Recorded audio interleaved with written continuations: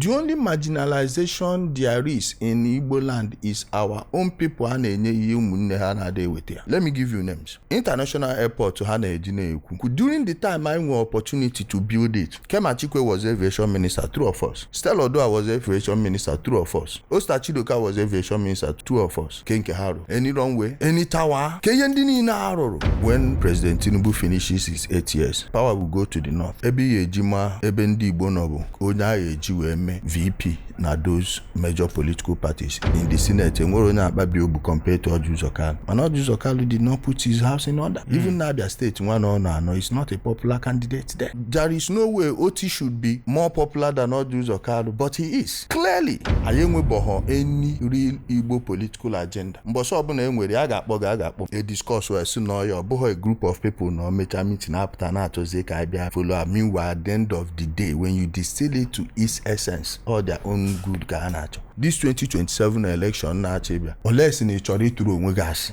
or they had the Tinubu lose, and the party here win go 3 elections on the bounce. Are you of the opinion that that cube and Igbo cube? 100%. In fact, I will point to you that no agree you don't see plan or that thing. Even Joseph alone. Ndori and Zuchori na bank where the biggest share in Onye Nesoro. I don't think any building should be a Iron system. I'd rather give me Babi Asika. I'd rather give me Michael Okpara. When you check his economic programs, the things he did, and you ask yourself, why were we inundated with this Ojukwu rubbish? When you had men like that, you should have copied. The night of that coup, Ojukwu did not participate, but he was one of the biggest beneficiaries of 1966 coup. Yes, he was in Kano. He did not take his boys to Kaduna to confront Nzogu. And Agi Ironsi brought you back after the coup and made you Millard, military administrator of then Eastern region. If people in Imo State knew that people had gone back to school in Enugu after 2 weeks, they wouldn't have died in that war. It was unnecessary. After you fled, why didn't they kill everybody? He surrendered and the war stopped, which means he could have surrendered in 1967, as Emmanuel Ifeajuna suggested. Family Emmanuel Ifeajuna. That war, iyo mebiri bu aja. Egotazie ebiagwazie nke kita. If you go hear anything gbasa Biafra aje we mi iwe iche, because so ebe aka lose the direction completely.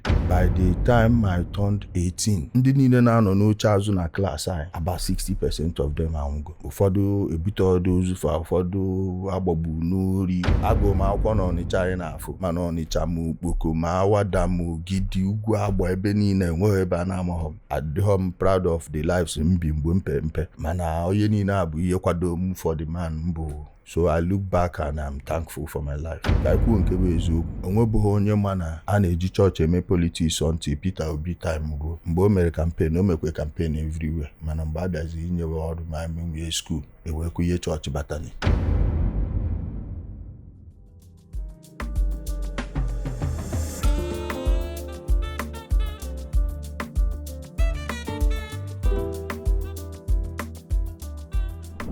Gbam. Gbam. Gbam. Gbam. Gbam. Gbam. Gbam. Boom. Wamunka kwesịrị ịda ka bomb maka na I don't sure that you're ready for this. Afambo Chijoki Gwendo Odogubo Yambaba ozugbo onye aba. Ụmụ ebe anyị nọ tata, ụmụ ka isi eme ya n'oge Gbam.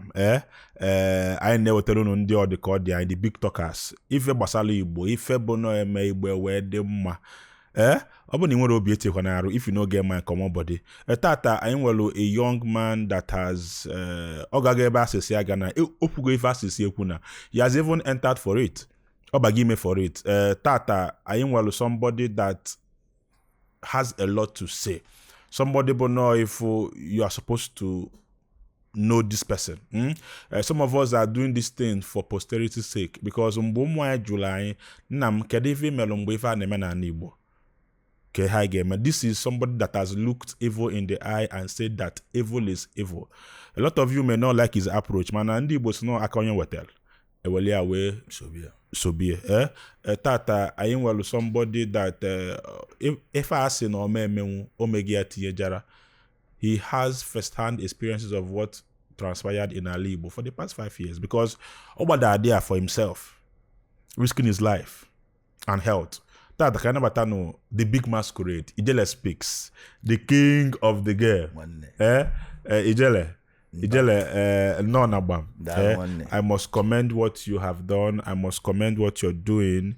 is a good cause. And then just like in Gbam, if ọbụna ga-eme ka ana Igbo dị mma, we have to support it. If ọbụna ga-eme ka ana Igbo gaa n'ihu, we've done this thing for long the same way. And the onye kwuru okwu say na when you are doing something the same way over time and expect a different result, no about the definition of insanity. We in our Igbo, we've been insane for long. And it's time to regain our sanity. And that is why I do Gbam. You know, kaye malo mmụọ na-afụlụ ya egwu ka anyị malụ. Let's hear from you. Ijele nọ na Gbam. A ga-ebidogodi ka anyị malụ onye bụ Ijele so that ka people yala ichekwa na isi n'elu wee daa. Ndị na-asị na onye nwa bụ Fulani na mmụọ ya na Naija wee bịa ka anyị malụ onye bụ Ijele. Kọwala anyị kedu onye bụ Ijelespeaks. Go ahead. Afa m bụ Chukwukachi zọrọ m ofe egbu. Abụ m onye Umuduru Amandụma, Isu Local Government Area n'Imo State. Amụ m na Menas Hospital azụ ebe. So maka ndị na-akọ na ejikwa wee mee nke na Menas ebe a Dr. Tim Menake ya my family ikpọ afa my father Harrison of Egbu ọrụ na NEPA. Ọrụ na many branches ma nke Ogidio ma nke Okpoko the Travelers this thing. Mana ebe ọ kacha n'ọfụma bụ Fege and 22 Ridge Road GRA. So a na-ekwu okwu ana Igbo, eso m na ndị like wụrụ ọkpa na ana Igbo, amụọ musie gị ike na ana Igbo. Iburu onye Igbo bụrụ ezigbo onye Igbo. Yes. Enweghị ebe Fulani isi isi Sokoto nke esi Zafara. Ihe dị na-agba akụkọ ịmago mgbe nwoke nụkọtara ọgụ ya bụ aja mana ike agwụ ịghọtago ube eji amụ nwa agbadago. Ya bụ ihe a na-akọzi ọnụ and ịba mgbe ọbụla mụ na mmadụ megide ya ọ bawazie n'ike ọnụ amago m na ịsọrọ ịba gị just ji nwayọọ gbirie nwe aka. A na-eso abụ m ezigbo onye Igbo, nwa afọ Igbo. Agụ m akwụkwọ n'Ọnịcha anyị na-afụ ije na ma n'Ọnịcha ma Okpoko ma Awada ma Ogidi Ugwu Agba ebe niile enweghị ebe a na-amaghọ m. Amabu m ama before ye social media.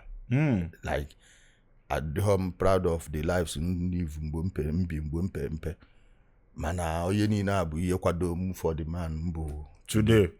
So I look back and I'm thankful for my life. I'm thankful for things I've achieved. Etu a na-adị m enweghị yọchi m na-enwebe ụmụ nwoke ọmụmụ nwaanyị ihe niile. So adị m contented. Onwe m juru m afọ. Anọcha m ebe m feeling na m ga-arụ by na mana adị m akwa ya akwa. Mụ ada force dị anything nke cha. So ihe niile a na-akọ mụ bụ ezigbo nwa afọ Igbo. Daalụ nye anyị details ebe ị gasị ma primary school, secondary school. Ọ ga-abụ some of your classes foge ha sị onye class anyị. Ọ bụ na ị ga university gwa anyị. Okpoko 3. Then nke secondary school ka m gụkọta school nwanne efe gbakwa secondary school ole gụrụ aka gada side nke higher institution sọsọ Professor Chukwu nọ n'Enugu. No Chukwu nke Esut. Okay. Na so mana story a dị too deep. Ịghọtago. So mana ndụ m niile na ana Igbo anọ abụ Enugu, Ọnịcha, Imo State itself bụkwa na village. Mana ị na-ekwu ebe my life dị mostly Anambra. Yes. And even n'obodo Igbo self mmadụ from na meeting ndị Igbo steeti na-ajụ m ka na-ada ebe nje nke Anambra. Oyi nwoke Chinedu mmadụ bụ ọṅụ onye ọkụzụ ebe a mana o toro n'ụmụ ahịa. Mgbe chọta ya mgbe ebe ndị Anambra na-eme meeting n'ụwa complain nwoke m ide abịa meeting nka si ewo na unu chọọ sign m unu. So onye ndụ m niile bụ just ebe niile afọ mkpọrọ gị then bidozi ije Lagos, all those things, before mmadụ gbawazie mbọ n'obodo Igbo and other. How was it growing up in Okpoko and Onitsha? How did that contribute to your life? Because maybe I said that you were not proud of some of the life you live when you were a young man, but all of them culminated to what make you what you are today. Mbachate Malcolm X, yes. One of the greatest black minds alive, that ever lived. how was he even into the game? He was a criminal, and then Elijah Muhammad went to the prison to talk to them, and then he was among his converts.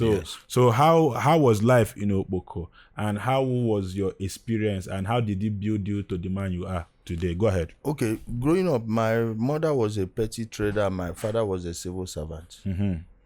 And while he was a civil servant, he was carrying loads bigger than him, in the sense that he was taking care of some of my cousins. Yes.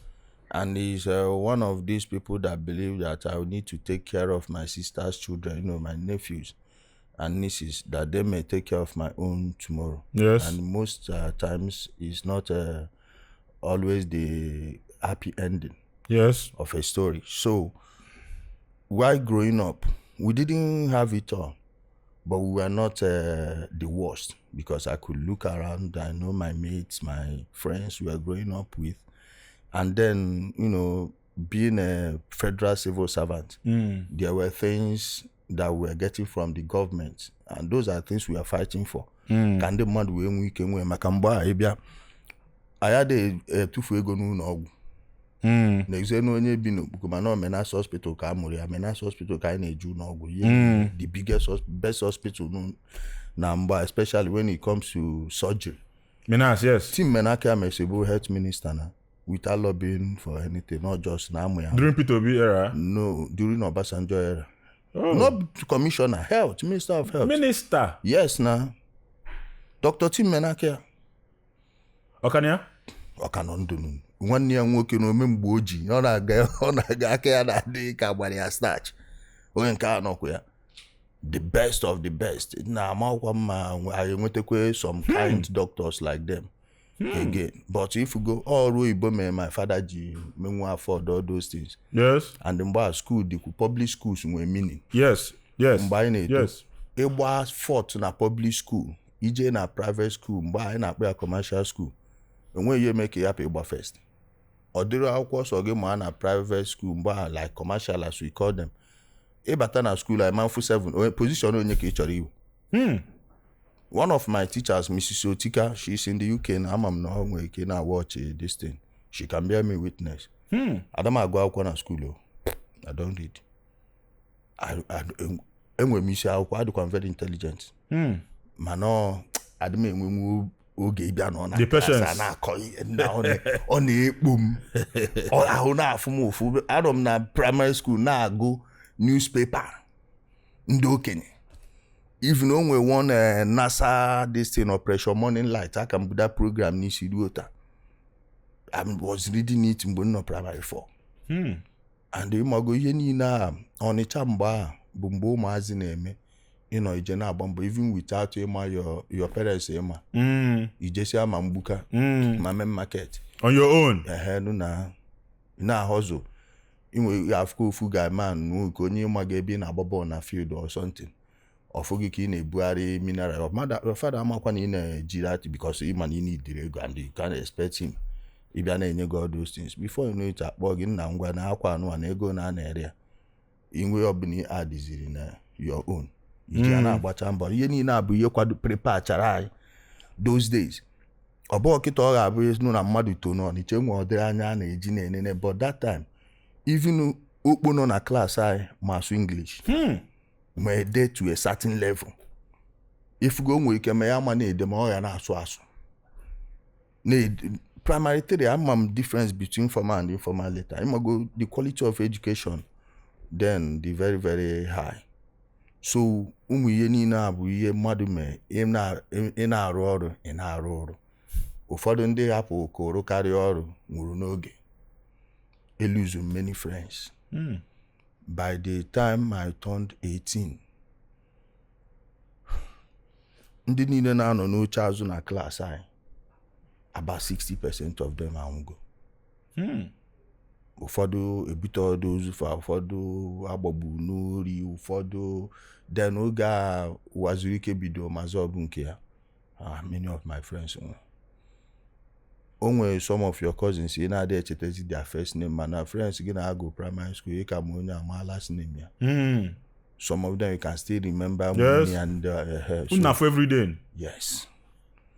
ndị bụ na ọnwụgodu ka o si daa na na-abasị mbi ike ịma na your men nọ die onye zuzue like onye ịma na ihe ya ja the person onye tinye aka dị ịma na your men nọ mgbe o nwee one brotherliness a na-enwe eji eto so ihe niile a bụ ihe anyị nwa ji wee too and anya na-eme ụmụ ihe kọtụ asị onye bi n'Ọnịcha ka ị na-emere ihe kọtụ ugboro egbo gbagbuo gị straight anyị adakọ na akụkọ na nke nwa na-asị ihe ọbụla gị na mmadụ ibe gị apịara so ihe niile a bụ what formed my personality so ụfọdụ ndị nke na-ahapụ ha certain things n'oge ọta isifa that's why mgbe m jere obodo oyibo ọ na-enwekwa ibe mmemme ha nke mmemme ha bụ nke a na-asị human trafficking na never did why meje eti odi business a na njikwa je Libya mee nke a kama eburu m egbe je gba bank enwere ihe m na if I don't consider something honorable adịm a support ịgba bank o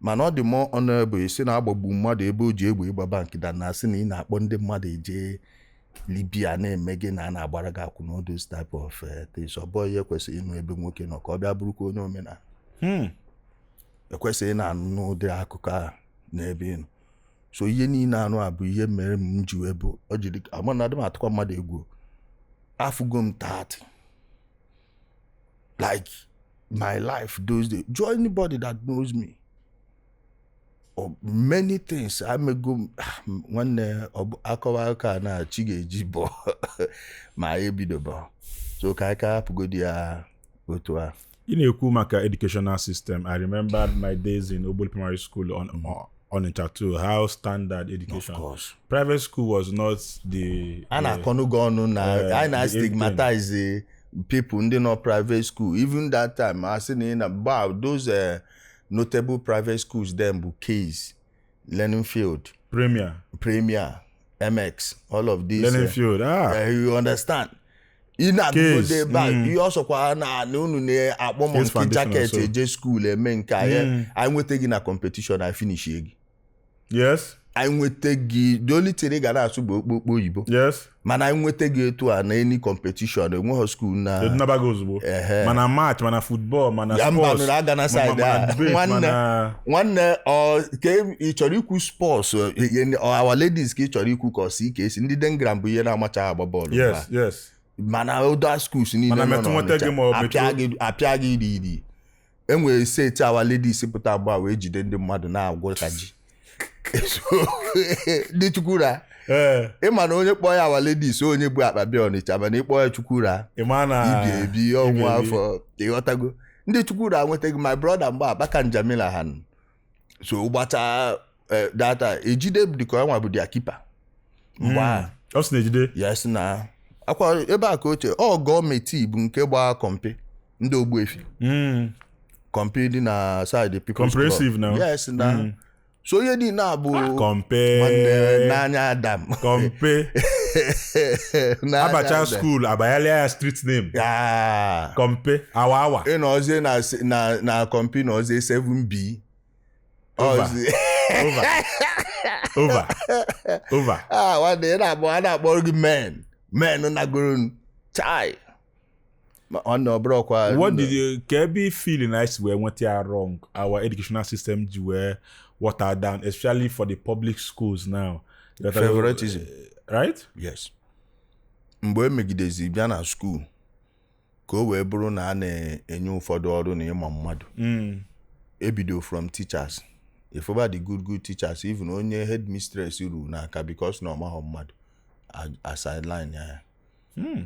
Ndị na-ekwa qualify ịbata na school once na ịma some people and ndị church sokwa mebie. Yes. How? Mgbe ọ bịa ruo n'obodo a ọ bụrụ na unu abụghị Catholic nwanne gị nwa ama ngawu QRC.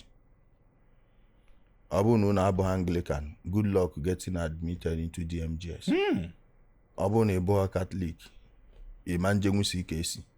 Ihe niile a mere anyị n'ihu.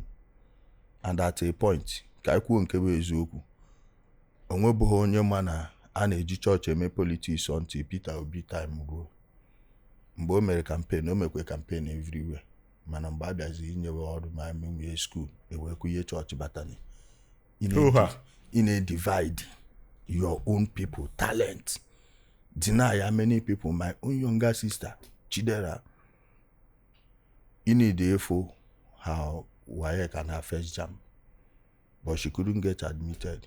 Now that school of nursing Cardinal. Not just her, so many people. If you go na be able talents, and then students chop tazen or that butcher based on ihe not what your parents can offer. Even Unizik ego. Yes. Na school go eziokwu from 99 2000. Obu na iji 200,000 naira enwe admission in enweta na that school. This thing may need onye obula. So all those things baby education bido move good. If ndị na-ama ndị nwudi dị ane ma ọ na-graduate 2-1 ndị nke na-ata afụ gụọ akwụkwọ mụcha anya ojisi ike nweta nsugbe ọ na-amanye enu omesizie na nsugbe wee batawazi ọka ma ọ dozi oko nwa amụ na Ọnịcha gụọ akwụkwọ na Ọnịcha ije school asị na ihe ejebe village unu jee your state je na apply mụa na onwe m. If not because of na anya m na-achara m anya n'oge and nna anarụ ụlọ village sometimes, so my father even enwe mgbe m ji aka na village self so 11 years and all those men ji wee ma dị self na-ekwe ebe nsi all those things. Mana ka ito itezi abịazi na-akpa oke ihe niile efu na-egbugo merit in favor of onye ịma mmadụ. So ihe niile asogodu n'ihe gbu school ihe a ga-edozi bụ aja. O wee ruzie nke ndị nne aka adịm target kwe church ọ bụla jee kwe church ahụ ndị omenala mebe nke gị but kwuru n'eziokwu. Mana enwere some things I na-enye time to. Ịka church program 7 times in a week. Onwe people a ga-adị devoted ịgazu ya 7 times in a week. Mana ordinary PTA meeting ugboro ne ka nne gị je PTA meeting. Ije ho PTA meeting ka ị ga-esi ma na roof a na-elike. Nwa m nwaanyị alụ na school ebe ọ na-agụ n'obodo oyibo. Teachers meeting, parents teachers association meeting ejiri egwu and on ndị nne bịa onwe complain your child nye mgbe anyị na-akọwa ya na that meeting. Ụmụ ihe na Governor Soludo kwesị ibudogoda maka Anambra ya na-afụ. Onwe one thing about Anambra, ya bụ the light of the southeast. And ihe ọbụla ifu ubidoro side ọ da afịa arụ ifu everywhere because every single state is represented ever in large numbers. Yes, I agree. Yotago so ya ka njere ekwura Governor Soludo etu osuwe force kwa hapụtawa n'ime afịa. Otu aka kwesịrị isi force a na-abịa meeting. Now the parents ga na-ekeji the teacher. Governor release ego ka ejidozie school. Ọma mbịada school bịa fụ na arụ ya ka arụ ha. Mana ndị parents association ya ebe nwa gị na-eje everyday. School gị dị na your neighborhood. Ha kwesịrị ịma the need in a year from primary ka ekwesịrị ibido. Yes. Bido adịa. And nwa gị daa ya dị PTA. Ụmụ ihe private school say na-afụ socha mebikwe school. And some of these people ọbịazie bịa bụrụ ihe business. Ife elu nwa okporo eje another school onye nwe school asịwa iji fail the nwa in order to maintain the custom. Ọ dịkwuzi okwu preparing the children for tomorrow. Ọ sị gị pass lesson centers everywhere. So ke ihe ọ dị ke ya ga-produce at the end of the day. This current society na-afụ na jee cheki ndị niile nọ n'ọrụ oyibo, ndị niile nọ na different places like formal offices. Amadika isigiri ya bụ ọrụ oyibo. How many of them came out from school on merit? How many rode on the merit bus? So if you kwa the same thing mere ojiwe iba na some certain offices if you na ihe na-akọsụ delay bụ onye na-ebe amadịghị ọ na-akọ. Yes. Enwezi a few people ma ya na-eme there ha na-ebuzi ofu onye buru load mmadụ 20. Ayotago ebe all these things. I don't want so n'ihe na-edisturb by. I need ije na the foundation. Get back to the foundation. Community ama their responsibility. Man at school is more important than church. I'm telling you. let your spirituality be between you and your God. But if for public something, ya bro for public good. Abụọ na onye anụ a na-eje ụka nke a ma na o si ebe dị otu o si akwa ebe a ka ibi, then build it there. Enwe onye Anambra steeti nọ n'Imo steeti nke dị ebe a ya na-eri because you build where you live. Etu efu m na adị more concerned about Anambra than ihe dị na-eme n'Imo steeti, if I will tell you the truth. Because esi m na nchuzuo ebe m ma esi na ana Igbo masị gị Ọnịcha. Yes. So ebe ọbụla ị nọ dozigodi ya first and kwuru na nke bụ eziokwu, let everything run via merit. In the next 10 years, you have to know everything will change. That's a very good initiative and then a very good suggestion. You want to go Makanoya me Gbam juwe diche. Now, you mentioned P2B when you are talking. Let's compare Southeast now and Southeast then. You know, even the ones we did not meet, the one of Michael Obaradem and everything, are we heading to the right direction? Go ahead. I can't say we are heading to the right direction, and I can't say that we have not made progress. Okay. Ije with a picture of Onitsha 1954. If we be yana for orderliness, and eme with order. Nene Enugu 1960. Even just in the immediate aftermath of the war, Neka our city said Neka ordinary. If we have a change of culture, Aya may be many things. Now Kaya may be many things. Mbabiazi in the recovery stage, or if only mirror of matter, it only get replaced about the wars. For instance, this Anambra state in Afuna, individually ndị Igbo emego ọfụma, but collectively, inena anya na what makes Onitsha thick, many of them were private investment, of which no to obodo na-esi emepe. But those ones who did for the government, what's going on? Keki yesif Emmanuel Nwebe yafu a concentration of 4, 5, 6-story buildings than Awada, Ugwaba, and Odunke, even Obana. Figure. Yes, mana abịa mmiri aka na-ebu mmiri n'isi agbagere. Etinye nwụọ system mmiri. You can blame the state government or mana local government nwekwe their duty. Ego niile a na-anakọ ka ihe eji eme. Ịpụta shop niile, ticket, levy, still onwe nke eji eme. Anything. Then inena anya in terms of other public infrastructures, nwanne anyị na-akparị onwe anyị as ndị Igbo. O kwesịrị na ịpụta every single metropolis kwesịrị inwe not less than 3 general hospitals. I mean hospital ga na-eme everything onwe nke ị need ije outside there eme. Overall, as individuals, I na-eme ọfụma. Now, insecurity abịa na Igbo bịazie bịa dọrọzie anyị jee tụwa anyị. Imego na each governor na-expend on security. Imagine na ewere ga ame ya invest in just road construction.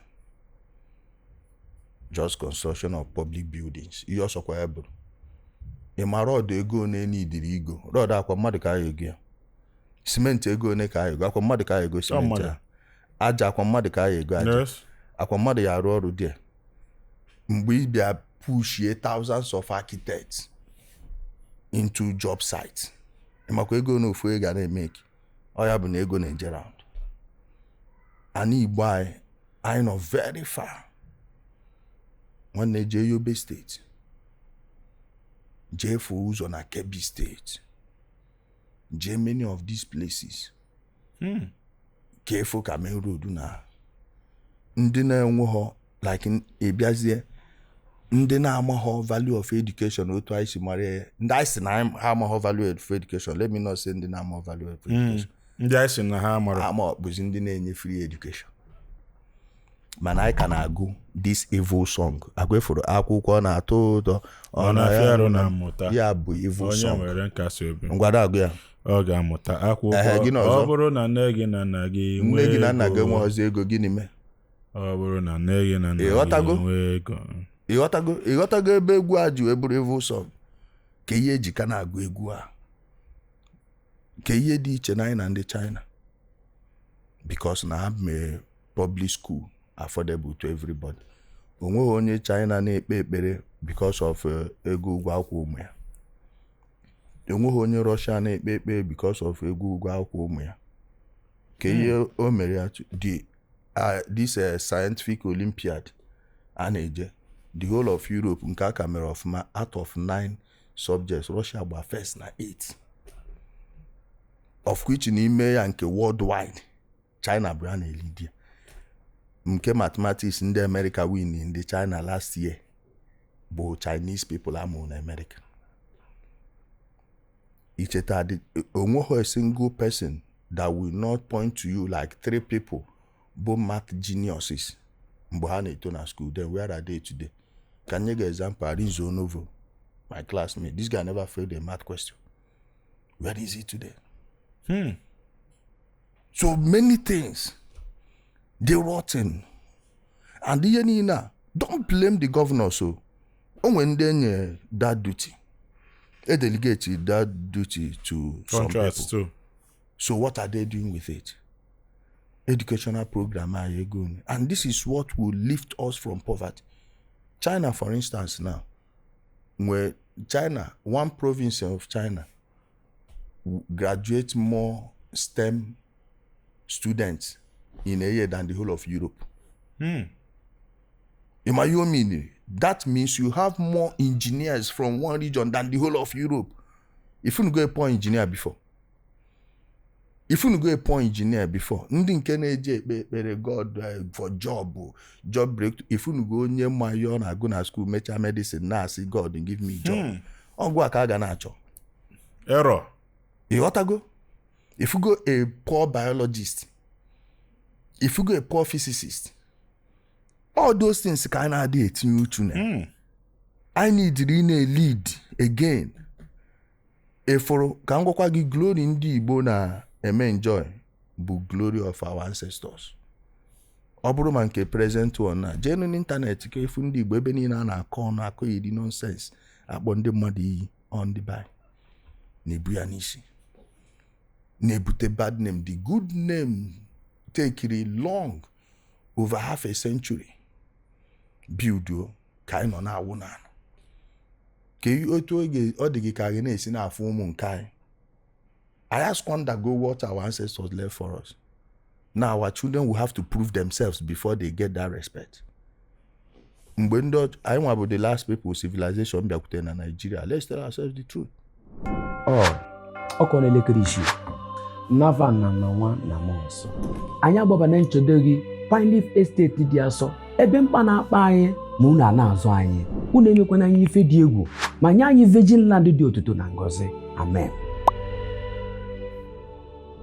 Before onye nọ na village unu afụ the first onye ọcha ndị wọrị afụkatago ndị ọcha. And mind you, no other Western system ka anyị ka na-ebi till now.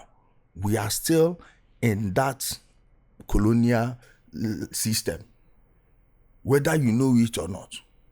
Now, keko si wee dị na at the end of colonial rule na Nigeria, the last people to meet ndị ọcha bụrụ ha ji almost every position. Why? Education, knowledge. Na like onye Igbo that time nke ahụ you nweghị any choice because no so anyị nwa mere educate. Either afụcha some old videos 1930 something 1920 something efu ebe a nọ na market square na-akụziri ndị mmadụ or ụmụ ihe niile ka ebe a na-eme ka the equivalent program today. Ọ dịrọ. It doesn't exist. Jee cheke the first Yoruba man bụ a lawyer bụ na 18 something. Towards the end of 19th century, here we go people in finance and everything. Yet, by the time daughter na hand over, I want more people now the civil service than anybody. Or Burgini, bụ talent anyị nwe, bụ the brain anyị nwe, system I create iro onwe anyị. Ihe a na-asị Igbo enwe eze, it's not a curse. It's a good thing. Where did kingship start existing in this world from? Huh? You mean na ndị mmadụ adịghị emebe exist before enwebe kings? So is that what you mean? All kings anyị na-enwe mere o ji wee bụ mmadụ ama mpụta bịa ka ofu nonsense onye ọbụla believe we. Republican. Ịghọtago?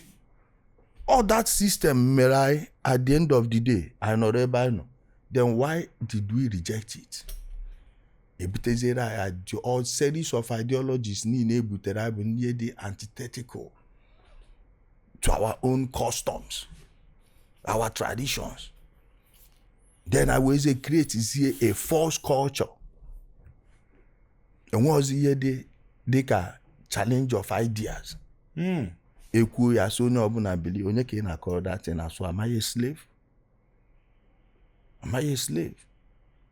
So ọ bụ na ịma nkọwa amị ọfụma, leave it, and then it's none of my business.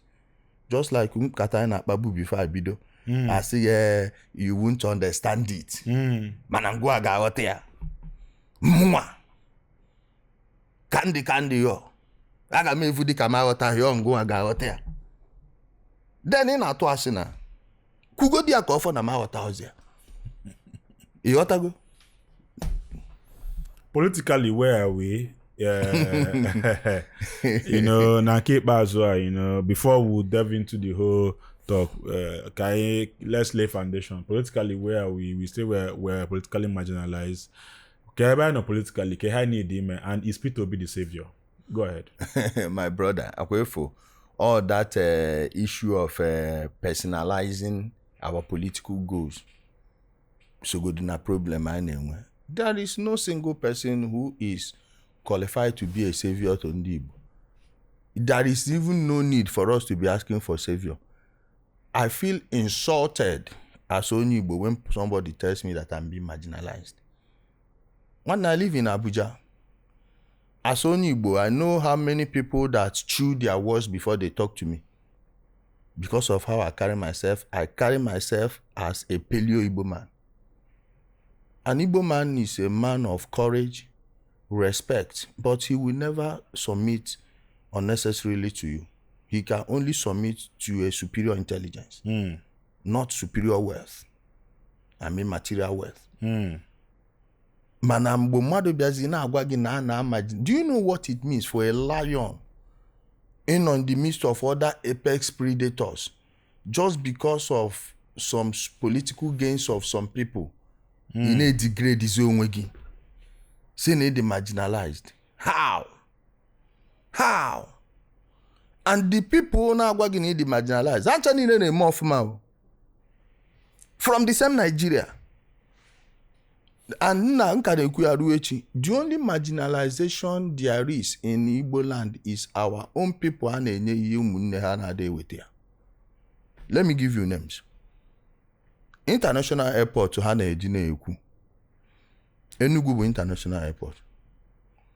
The only reason international flights are not taking off from Enugu is because they don't have enough passengers. Imakwana insecurity phone on our southeast. Emego most of our people, poor man on a travel. Emego never ticket. Those people question a travel for Enugu Bundana and not take kidnap. Now, Air France, now, charter Air France now, full seat, 7 days. You got Air France gave a favor 7 days. But because they were a passenger, now that airport during the time I had opportunity to build it, Kema Chikwe was aviation minister, 2 of us. Stella Odua was aviation minister, 2 of us. Osta Chidoka was aviation minister, 2 of us. Kenke Haru. Any runway? Any tower? In Agota where this is going? Keyendini na aroro. And then mana, once in a while opportunity. This is. In this post today, there is no guarantee in the next 20 years. Then, Keyonya merenge jiwe agada kasi ni yabu onye nkai. ma ọ sị na ihe a bụ ihe mere mgbe onye nke anyị nọ na ọchịchị. Dave Umahi ọ na-atara kwa mana this road amaghị ya ka ji na-arụ aka na-aga ihu aga azụ. Ọgụ a jiri budget Ministry of Works. So how fast ka ọ na-eteke ịrụ ụzọ? Ịghọtago? So ọ bụrụ na o nwere Igbo agenda. Enugu to yes. Onitsha Enugu Expressway. Okay. Ekwesịghị ịrapụ go dia up first. Face the other ones. I know how fast you can build a road if you really want to. So as onye Igbo na ị chọrọ imenyere ndị Igbo, rush ya nke ya anụ rush first. Ka were opportunity a. Second Niger Bridge, nwanne elote m onye ọbụla to ụnọ Onitsha. Mgbe ahụ sị nwanne chọ odun 1000 naira onye narị ya ọ na-agị ọjọ si anọ mgbe arụcha Second Niger Bridge ka inye because I believe na amount dị acha. Transportation ndị bayo na ji that post. Abịa na akọrọ anyị na marginalization like how? Ka isi marginalize ndị Igbo. Mana the same people ka were ya na enwere Igbo agenda. O kwesịrị inwe onye Igbo nọ na ADC ga-meet with Atiku ma ọ bụ na ị nwere Igbo agenda na push. Mana unu jezi na primaries unu kecha $20,000. Ikecha bịa desizie m Chukwu ka nje bewere gị na na-emegbu ndị Igbo emegbu. Mgbe Peter Obi nọ na PDP ọ zọrọ primaries, vote onye ka o nweta na Anambra. Ya na Wike na-azụ ya. Atiku na Wike bụ ihe mechazi zọ nke 2023. Ego one ka Atiku spendiri go those votes. So ọ bụghị ndị nke a nara ego a na marginalize ndị Igbo. Ịghọtago ebe anyị na-eje na? Yes. And ebe anyị nọ eme mistake na Nigerian politics, in tribal politics a na-play na Nigeria, bụ na ya correct bụ mistake of 1966. Eme mistake aka me wetegi my book. Ka ego I titled it Reverse 66, the Igbo Political Dilemma. Ọ ebe a ka tribalism bido na Nigeria.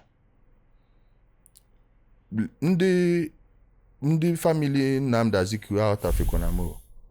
Adọkwa m in support of igbu mmadụ. Ma onye Hausa, ma onye Igbo, ma onye Yoruba. Mana that in May na 1966. Ka esi spare Nnamdi Azikiwe, spare nke Ozumba Mbadiwe, then ugbu other people.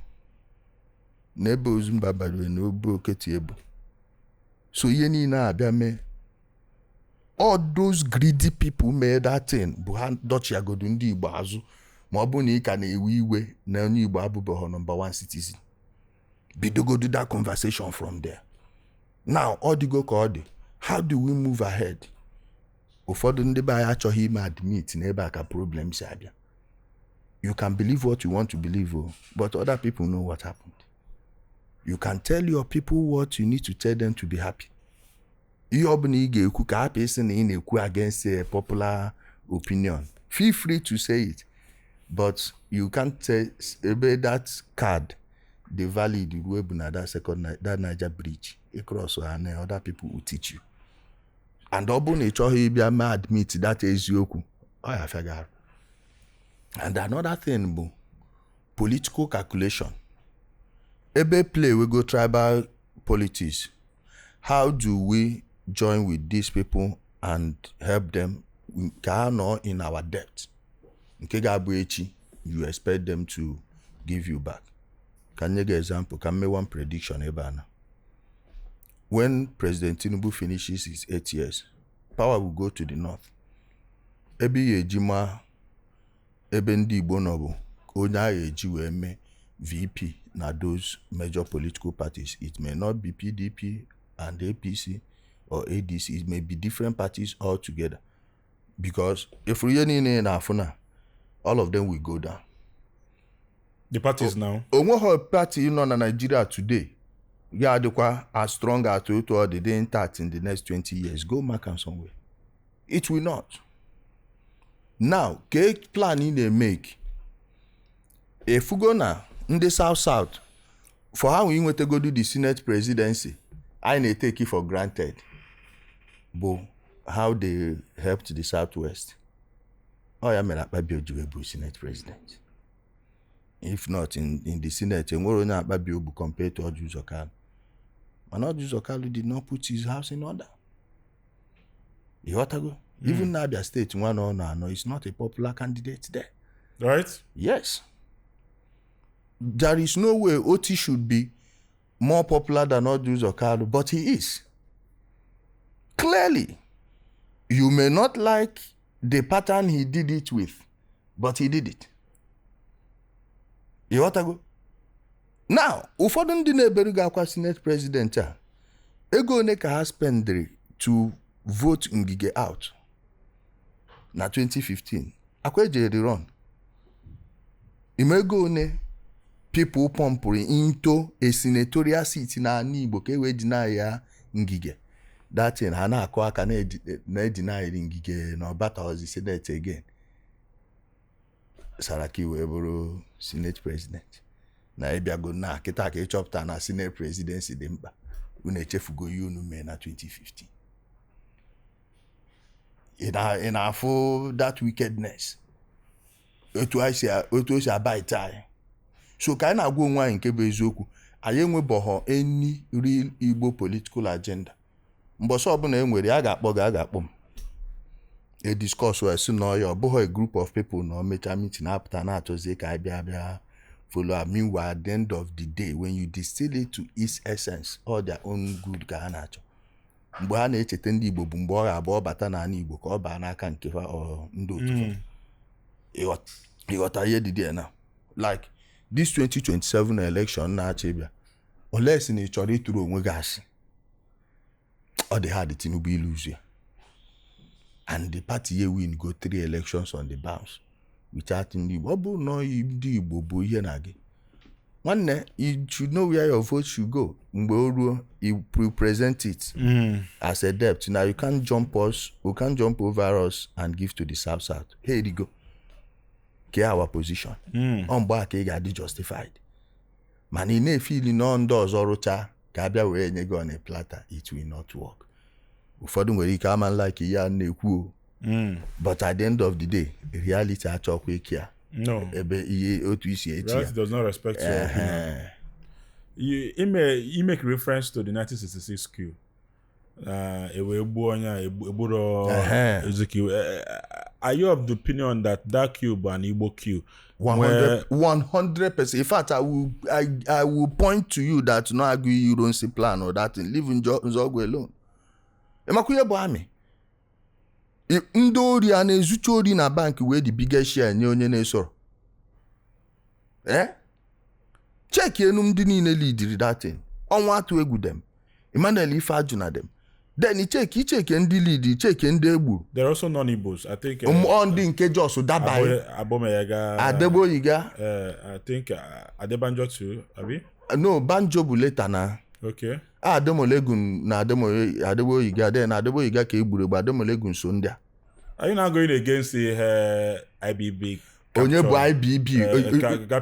My brother. It's not an Igbo coup. IBB. Somebody that was also IBB dribbled my brother coming.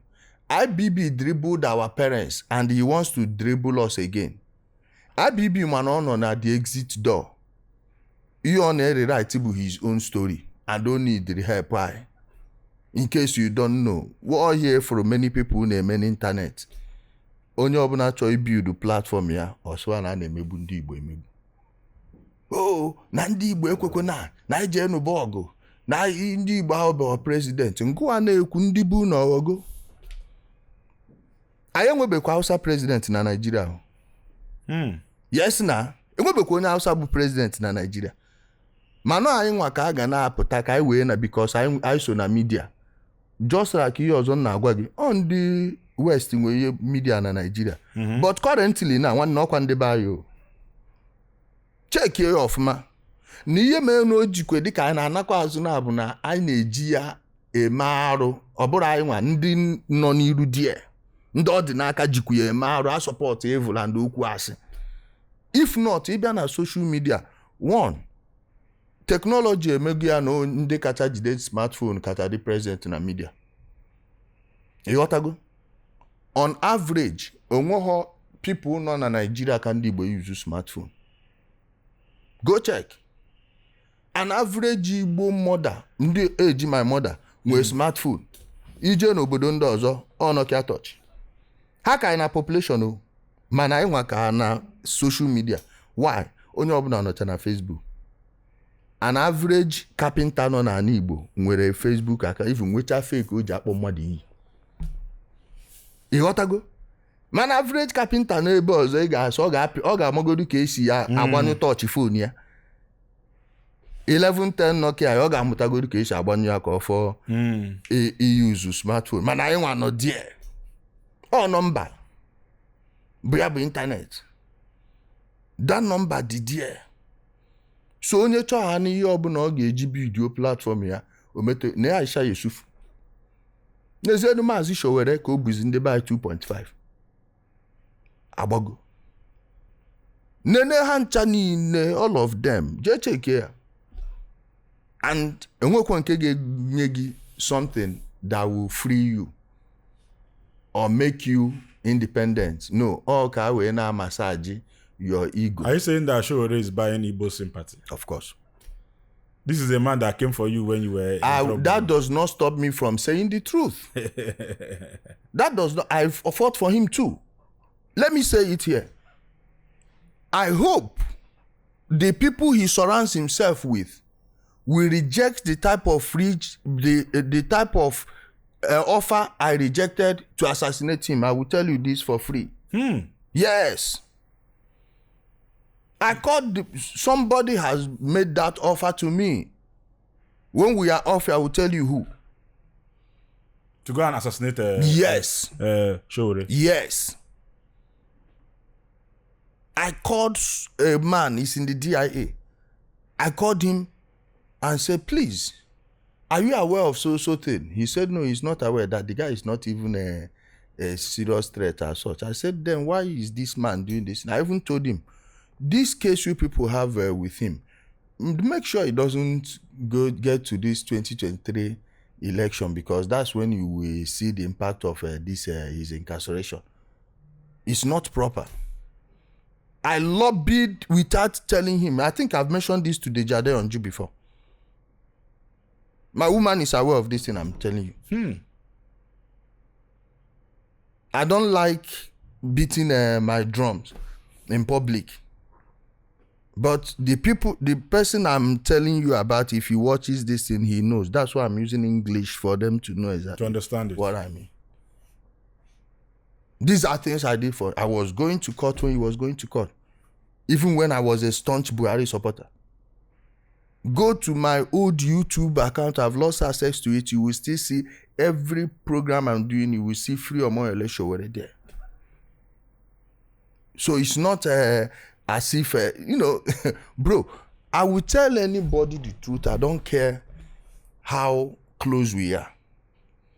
And what brought my rift with him was this Nnamdi Kanu issue.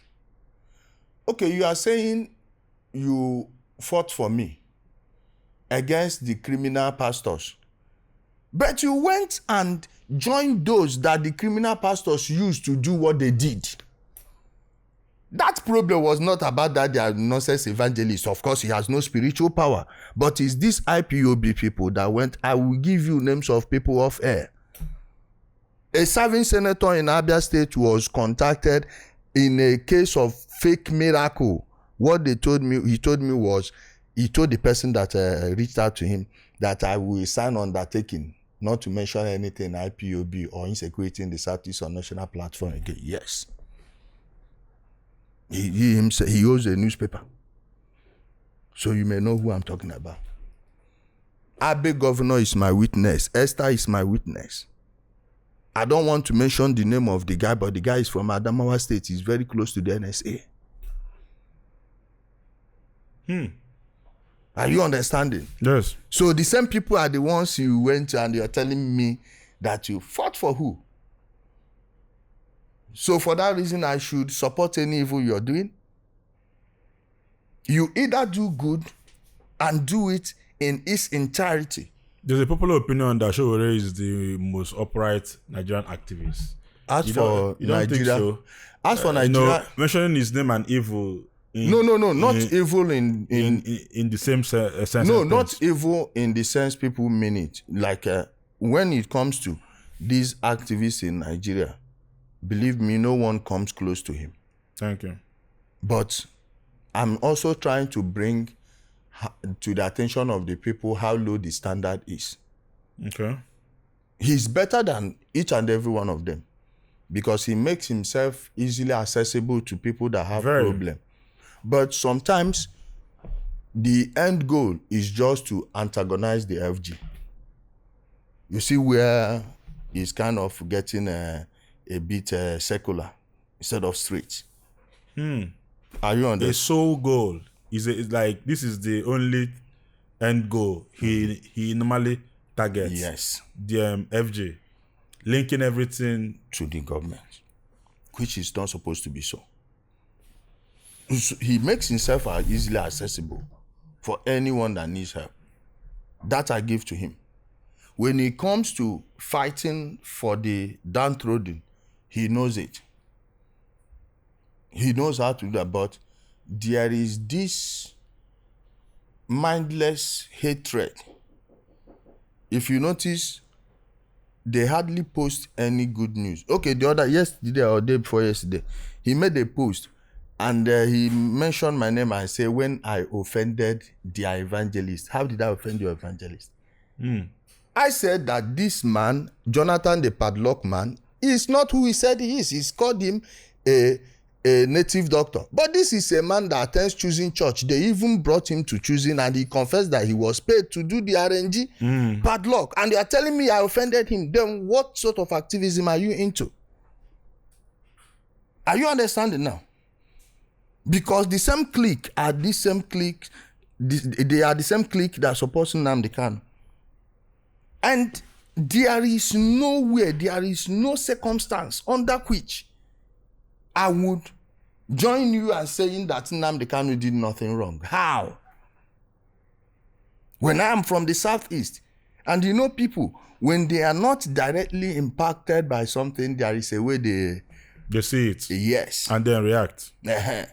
So when you are emotionally driven to that, in that aspect, you can't call yourself a full-time activist. You see why I told you he's better than all the activists, but there is a K-leg there. I will say it every day. Please make sure this makes it to the final cut. I will. Let's go back to the Igbo queue. If you think from your opinion that Aguiyi let me explain that one too. Okay, go ahead. This is a man that attended. Remember that thing happened January 15, 1966. Yes.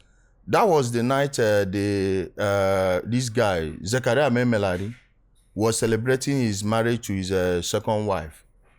I think he was the, what do you call those people that take care of the arms in the armed forces? I'm blanking on the name, but I will remember. Not Red Cross people. No, the person in charge of weapons. Okay, arms. Okay. Quartermaster General. I believe he was the Quartermaster General. Okay. Of the army then. Then he was celebrating his marriage to his wife. January 15, Nnamdi Azikiwe was not in Nigeria. They say he was on a sick leave. Who takes a sick leave in the month of January? Beginning of the year. How? Mind you, transportation then is not the same thing as transportation now. Then eventually, the person who led the queue from the capital territory happens to be from your own hometown. Good luck explaining it away that you were not informed. You see where Nnamdi Azikiwe own is kind of sketchy. Then Ironsi was there. He attended the occasion that night. As he left, they said they sent soldiers to go and look for him in his house. Of course, it has to be ostensibly to kill him. These same soldiers saw you, according to their own records. They saw him twice on the road and they saluted him. The nonsense BS news they sold to us was that he used his Aguiyi staff to who they believe that nonsense. All these superstitious beliefs. How? Why didn't the Agui serve him that day in Ibadan? Then they will open, mind you, as at that time, the chief of army staff was the commander-in-chief of the armed forces. It was at Aburi that the president, head of state, became the chief of the commander-in-chief of the armed forces for the first time. But prior to that, the chief of army staff was the commander-in-chief of armed forces. That means even those ones plotting the coup and those ones carrying out the coup were under him. So you are telling me that soldiers in the middle of a coup saw their oga, knowing very well that the punishment for coup is execution, death by firing squad. Then they left him. At the end of the day, the same man became the biggest beneficiary of that coup. Onye ka na Korea. Onye ka na agwa this thing. Then, that time in Nigeria, to arrest someone for a treasonable offense and sentencing them to death takes less than 2 to 3 months. And 6 months later, nothing has happened to those people. Now, when you took power, you did not plan election to hand over. You started consolidating power. You just concentrated power to the center. The same thing Ahmadu Bello said Ndibo want to do. I don't know if you've watched that interview by Ahmadu Bello. Yes, that you said that Igbos want to dominate everywhere. Then you came to power and this is the first thing you're doing. And they want me to believe you are not aware. He brought Ben Wabeze to craft that thing and made Nigeria a unitary constitution. Are you understanding that it's an Igbo man that killed the federal system in this country? So these are things we need to piece together.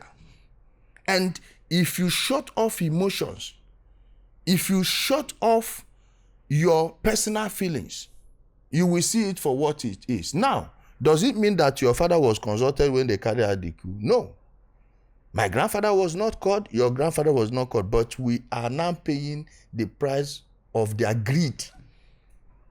If not greed, what is it?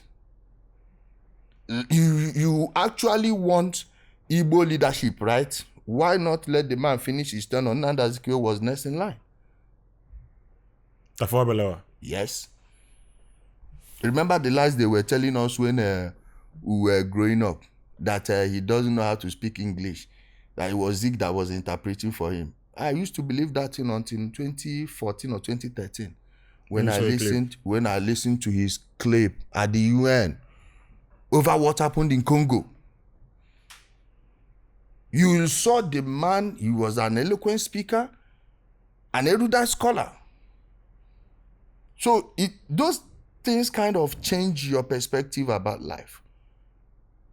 That some people will even lie to you to such extent. I know what all of us were thinking about the man when we were growing up. So till tomorrow, like I said, it has nothing to do with Ndibo. It has everything to do with all the greedy people that carried out the attack, and they should bear the blame. I don't think any building should bear Aguiyi-Ironsi's name.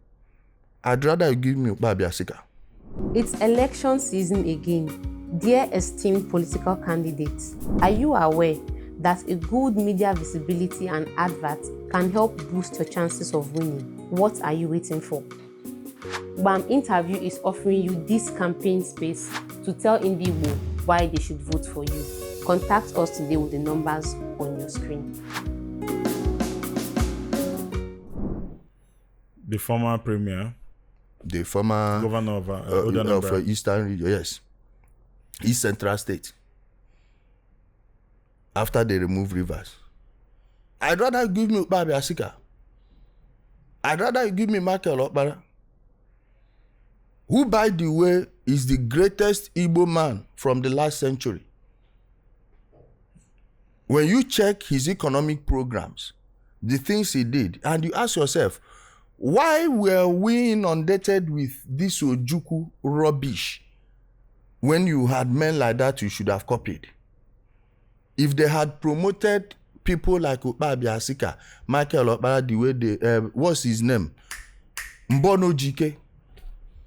Those men, any society that enthrones those men as symbol of emulation, you will see they will definitely be different from those that enthrone people like Ojukwu. Where are his projects in Alim? No, tell me. Where are his projects? As if we are in search of a hero. We've always had heroes everywhere in Igbo. But this one is an astroturfed being they built up. Just like Peter Obi is. Would you look at Oka today and say that Oka under Peter Obi is finer than Oka today? But many people can't even open their mouths and say it. Why? They have decided who they want to make their God. Look at, just let the record speak for itself. Peter Obi's time and Soludo's time. Compare both now. We had different climbs and different challenges. Okay. And then it is not even... Soludo has a more security... Bro, generation. Soludo has a more security challenge than Peter Obi when he was ruling. Peter Obi also inherited a security challenge. That Remember was dealt with. The predecessor was actually abducted. Bro, you cannot... Anambra was just coming out from a lot of... Bro, now let me tell you. Let me give you the background. Let me give you a timeline. Violence started when Mbadinuju was about to be removed. It was concluded that he's not going anywhere again. Mm-hmm. PDP did their primaries how many times? 3 times he won it and they did not even honor it. Then they started with the NATO and National Union problem. I don't know if you still remember. Mbane ESS power. Opiwe kada de unyo na for coding. One hands up bigger chinya ke na nachagi ye. So that was when there was a hostile takeover in the Togri business. And those that won moved it into a political tool immediately. Then, from then, they started balkanization of all these Togri. Iyala has his boys. Iseke Big has his boys. Nweko Obodo, all of these people. You know, they started all their things. Then, when they formed APGA, that time they now brought it under Mazob. Yes. At Fege then, I know what was going on. We saw it. And it was obvious that Mazob would be working for APGA. Ewereze mu Igbo sentiment we na-esu ya. Gwaze gị na ndị nke a party ndị Hausa, ndị nke a Jibo party ndị Yoruba, these things may n'iru anyị. Ịghọtago? And when Peter Obi, mgbe ndị abrazere, I'm sure Peter Obi makwa na Ojukwu na ndị otu ya bụ ndị chọrọ iji that nonsense enye ya nsogbu. He went to Abuja, Obasanjo send their people a clear.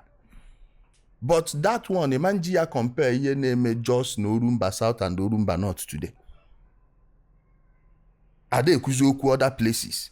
Ihe ala LGA tireti. Still, na-eke ọka dị. Ijele, what do you refer as Ojukwu's rubbish? That Biafra thing now. Okay. Oh, that Biafra obute, and because now neye nji gwa gị say rubbish the foundation here. Under Aguiyi as head of state, Ojukwu arrested Isaac Adakaboro for daring to declare Republic of Niger Delta. The same you, after Aguiyi was killed, you started contesting what you did not contest under Ironsi, which is decentralized power. Why didn't you call for it under Ironsi? Then you think people will not find it hypocritical. When nobody gave you the attention, you went and declared the same thing Isaac Adakaboro declared. What were you expecting? Are you understanding now? And this is somebody that is aware of how the military structure works. We are not under a democratic government. It was a military government. You should know better.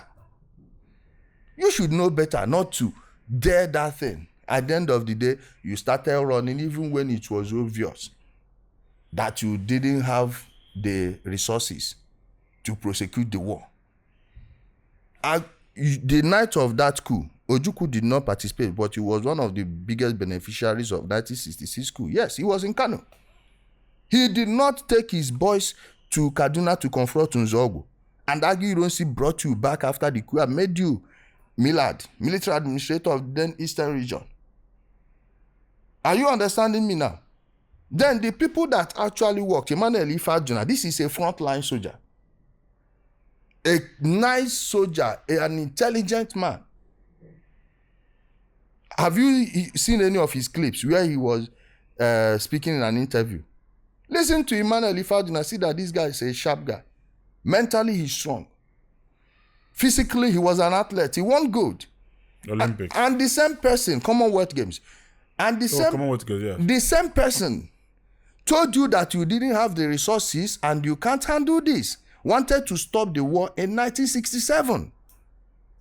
And wanted you to surrender and in fact, he even offered to surrender the flag himself, knowing that he was the one that shot the PM dead. And they were going to kill him. He was willing to sacrifice himself.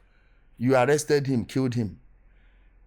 And almost 3 years later, you did the same thing he wanted you to do 3 years ago after millions have died. What story did they give us about Ifajuna? Coward. Sabotage. Saboteur. When the real coward was Ojukwu. November 1969, he was in Akokwa. I will send you the video later. Telling people that they have destroyed the Nigerian oil flow. That Biafra Air Force has destroyed the Nigerian Air Force because you went to recruit new people that would die for your cause. 2 months later, you ran away. And you knew you were lying to them. Was there a time in 1969 Biafra stopped the oil flow in Nigeria? The answer is no. So why were you lying to your people and knowing that you were lying to them because they didn't have access to information? Is that what an honorable man does? I've read military history. I've studied men who led their people. And I know what heroes look like. You can't place Ojukwu and Jishka at the same place. Don't you agree that what Ojukwu did was a response? You know, after the whole 1966, you know that a program ensued in the north and everything, and then Igbos were actually facing there wouldn't be a 1967 if there wasn't a 1966. Let's tell ourselves the truth. But you know, Ojukwu was just coming to... But those things were settled later. They were settled. If they weren't settled, what were you people doing in Aburi? Yes. What was settled, what was agreed in Aburi, was it respected? So many people have not even read the Aburi Accord. Listen, you know the lie they told us when we were growing up, that Gowon did not know what he signed in Aburi. No, it was Ojukwu who didn't know what he signed in Aburi. Go and read, pull it up now and read while we're here. They said the whole power will be vested in the head of state. By that single decision alone, you are forever under Gowon. So whatever you say you decided or you brought or you didn't bring, if he says no, it's no. In fact, they even had to make him the commander-in-chief of the armed forces. For the first time in Nigeria, the head of state became the commander-in-chief of the armed forces. That means you are under him. What you are doing from then on is mutiny. It's the truth nobody wants to follow. Did they write it or not? It's there. So it is pure mutiny for you to go against your commander-in-chief of armed forces. It's not about your view or your opinion. This is what was signed there. So that's where the mistake is. And an honorable man would look at the fate of his people and decide to back down. What was the lie they were telling us? Oh, if you leave them, they will come over, they will kill all of you, everything. But 2 weeks after the war started, Enugu fell. And students went back to school. If people in Imo State knew that people had gone back to school in Enugu after 2 weeks, they wouldn't have died in that war. It was unnecessary. Okay, after you fled, why didn't they kill everybody? You see? Because Philip Effiong... Forget who said Philip Effiong. Gave in. Gave what? He surrendered and the war stopped. Yes. Which means he could have surrendered in 1967, as Emmanuel Ifeajuna suggested. Ka m gwakwa gị ọ bụ na ndị Igbo ayọghọ family Emmanuel Ifeajuna nwekwa ebe anyị na-eje. N'Ọnịcha. Yes. Ọ bụ na ndị Igbo ejeghọ yọọ family Ifeajuna, anyị ebidobokwa political turnaround. Kezi ka ị ga-esi nọrọ ebe imechara gba ọsọ 1970. Ifeajuna gwaburu gị gba ọsọ 1967. After ka ejucha ekwetezie, what does that make you? Ndị mmadụ nwụọ for nothing. Ezu ego ndị mmadụ. Print akwụkwọ ji were ego ndị mmadụ. Then 20 pounds. I can guarantee you na enweghị ofu onye nọ n'ime family a n'ebe a nọ n'ime office gị ana. Anybody from be ha nwetere 20 pounds. Can they read the money? Ebe a ka anyị Igbo bido dawa. Ịghọtago? Ego gọọmenti a na-eri na ka m gbasukwa ụfọdụ ndị Ọnịcha iwe. Nnamdi Azikiwe akwa na bank ya ka Chief Obafemi Awolowo as finance minister sendere ego asị na a ga-eji revamp industries na ala Igbo 980 abi 960,000 pounds. Yes. Ka ebe the money dị egwe ofu company imo eji abido. So ka ifu na ihe that war mebiri anyị. That war ihe o mebiri bụ aja. Egochazie bịa gwazie nke kịta. Ifugo ihe anything gbasa Biafra aja ewe m iwe iche. Because so ebe a ka I lose the direction completely. A group of men onye je politics fail obia bruzie bịa butere anyị. Ka sofa bịa. Nwana iluzo je na anu no re-strategize echi. Ọ bụghị epụta na akọrọ na ifelu because na ehetiri ndị Igbo. Mana ewete grant federal government ọ na-aba na akpu. Loan. Taba na akpu. Anchor borrower program ego ne ka Buhari na akwa onye wete property 1.5 billion in ya 3 billion. Interest akwa 2% ka ogin. As na kwesi iji ko rice okwe. Ke rice farm one no na Igbo. Eji akọ. Jeze je cheke from Ministry of Finance fuze ndị Igbo na afa ha dị. Akwa ndị na marginalize o. Akwa na anu ya na. Otu ịnọ ọbụgodu na enwe ihe pasitara enye gị loan 3 billion ebe iwete collateral 1.5. Enwe ogodi ihe na just buru ajeje na fixed deposit. Owo bank na amanye gị any percentage ọbụla ịjọ. Because the cash dị there. O mana ojezi eme ji ya mekichazi ego. Ọ na-agwa m na mbịa sori ya na ebe. Inene ha their life na arị mgbe ọbụla. Enweghị mgbe ha dị stagnant. Abekwa na akọrọ go for my brother ndị be anyị need imepe anya. Ijele, how do you expect some people to actually live in the witness this thing, like IBB and some of our older people witness this thing? So now, the 1966 coup was actually meant to make Awolowo, then that was in prison. The aim was to make him the president or the head of state rather. How do you want us to agree that the end game was to make how many days can How many days can Egbu Akam? How many days can Egbu Akam? In achọ ịgwa m na coup eme 1966 January. Kanta coup ya bịa na August. The same year. So in achọ ịgwa m na February, March, April, May, June, July. Ezuho iji ma Awolowo the leader. Anyị na-achọ ịgwa m ọ bụ ugodu na presidency nke anụ a na-egbegodo egbe. Ọ bụgodo eju na bụ that crown Awolowo ga-eji bụrụ prime minister abịa 6 months ezughọ ịbịa. Is that what you're telling me? Nwanne ihe niile bụ like m na-egwu ihe bụ event mechagoro eme. onwe ozo onye ga-eje marịa ihe mee that time. Oye history ji wee dịkwa very powerful because ema njenwu na-azụ si ka ije correct your mistake. O mego emebunum then anyị nwa na onwe anyị ga na-chekizi ihe mere otu anyị dị otu ọ bụrụ na otu anụ a ka o si mee why nke emeghọ. Ịghọtago? Ịma ngwa m na ị na-achọ ime mmadụ leader 6 months imebeghị ya leader ka ị na-akọ that thing. Even n'ime 6 months a ị na-consolidate power. Igbugodu federal system first ka power dịrị n'aka ofu onye iwe je wepụkwuo referendum.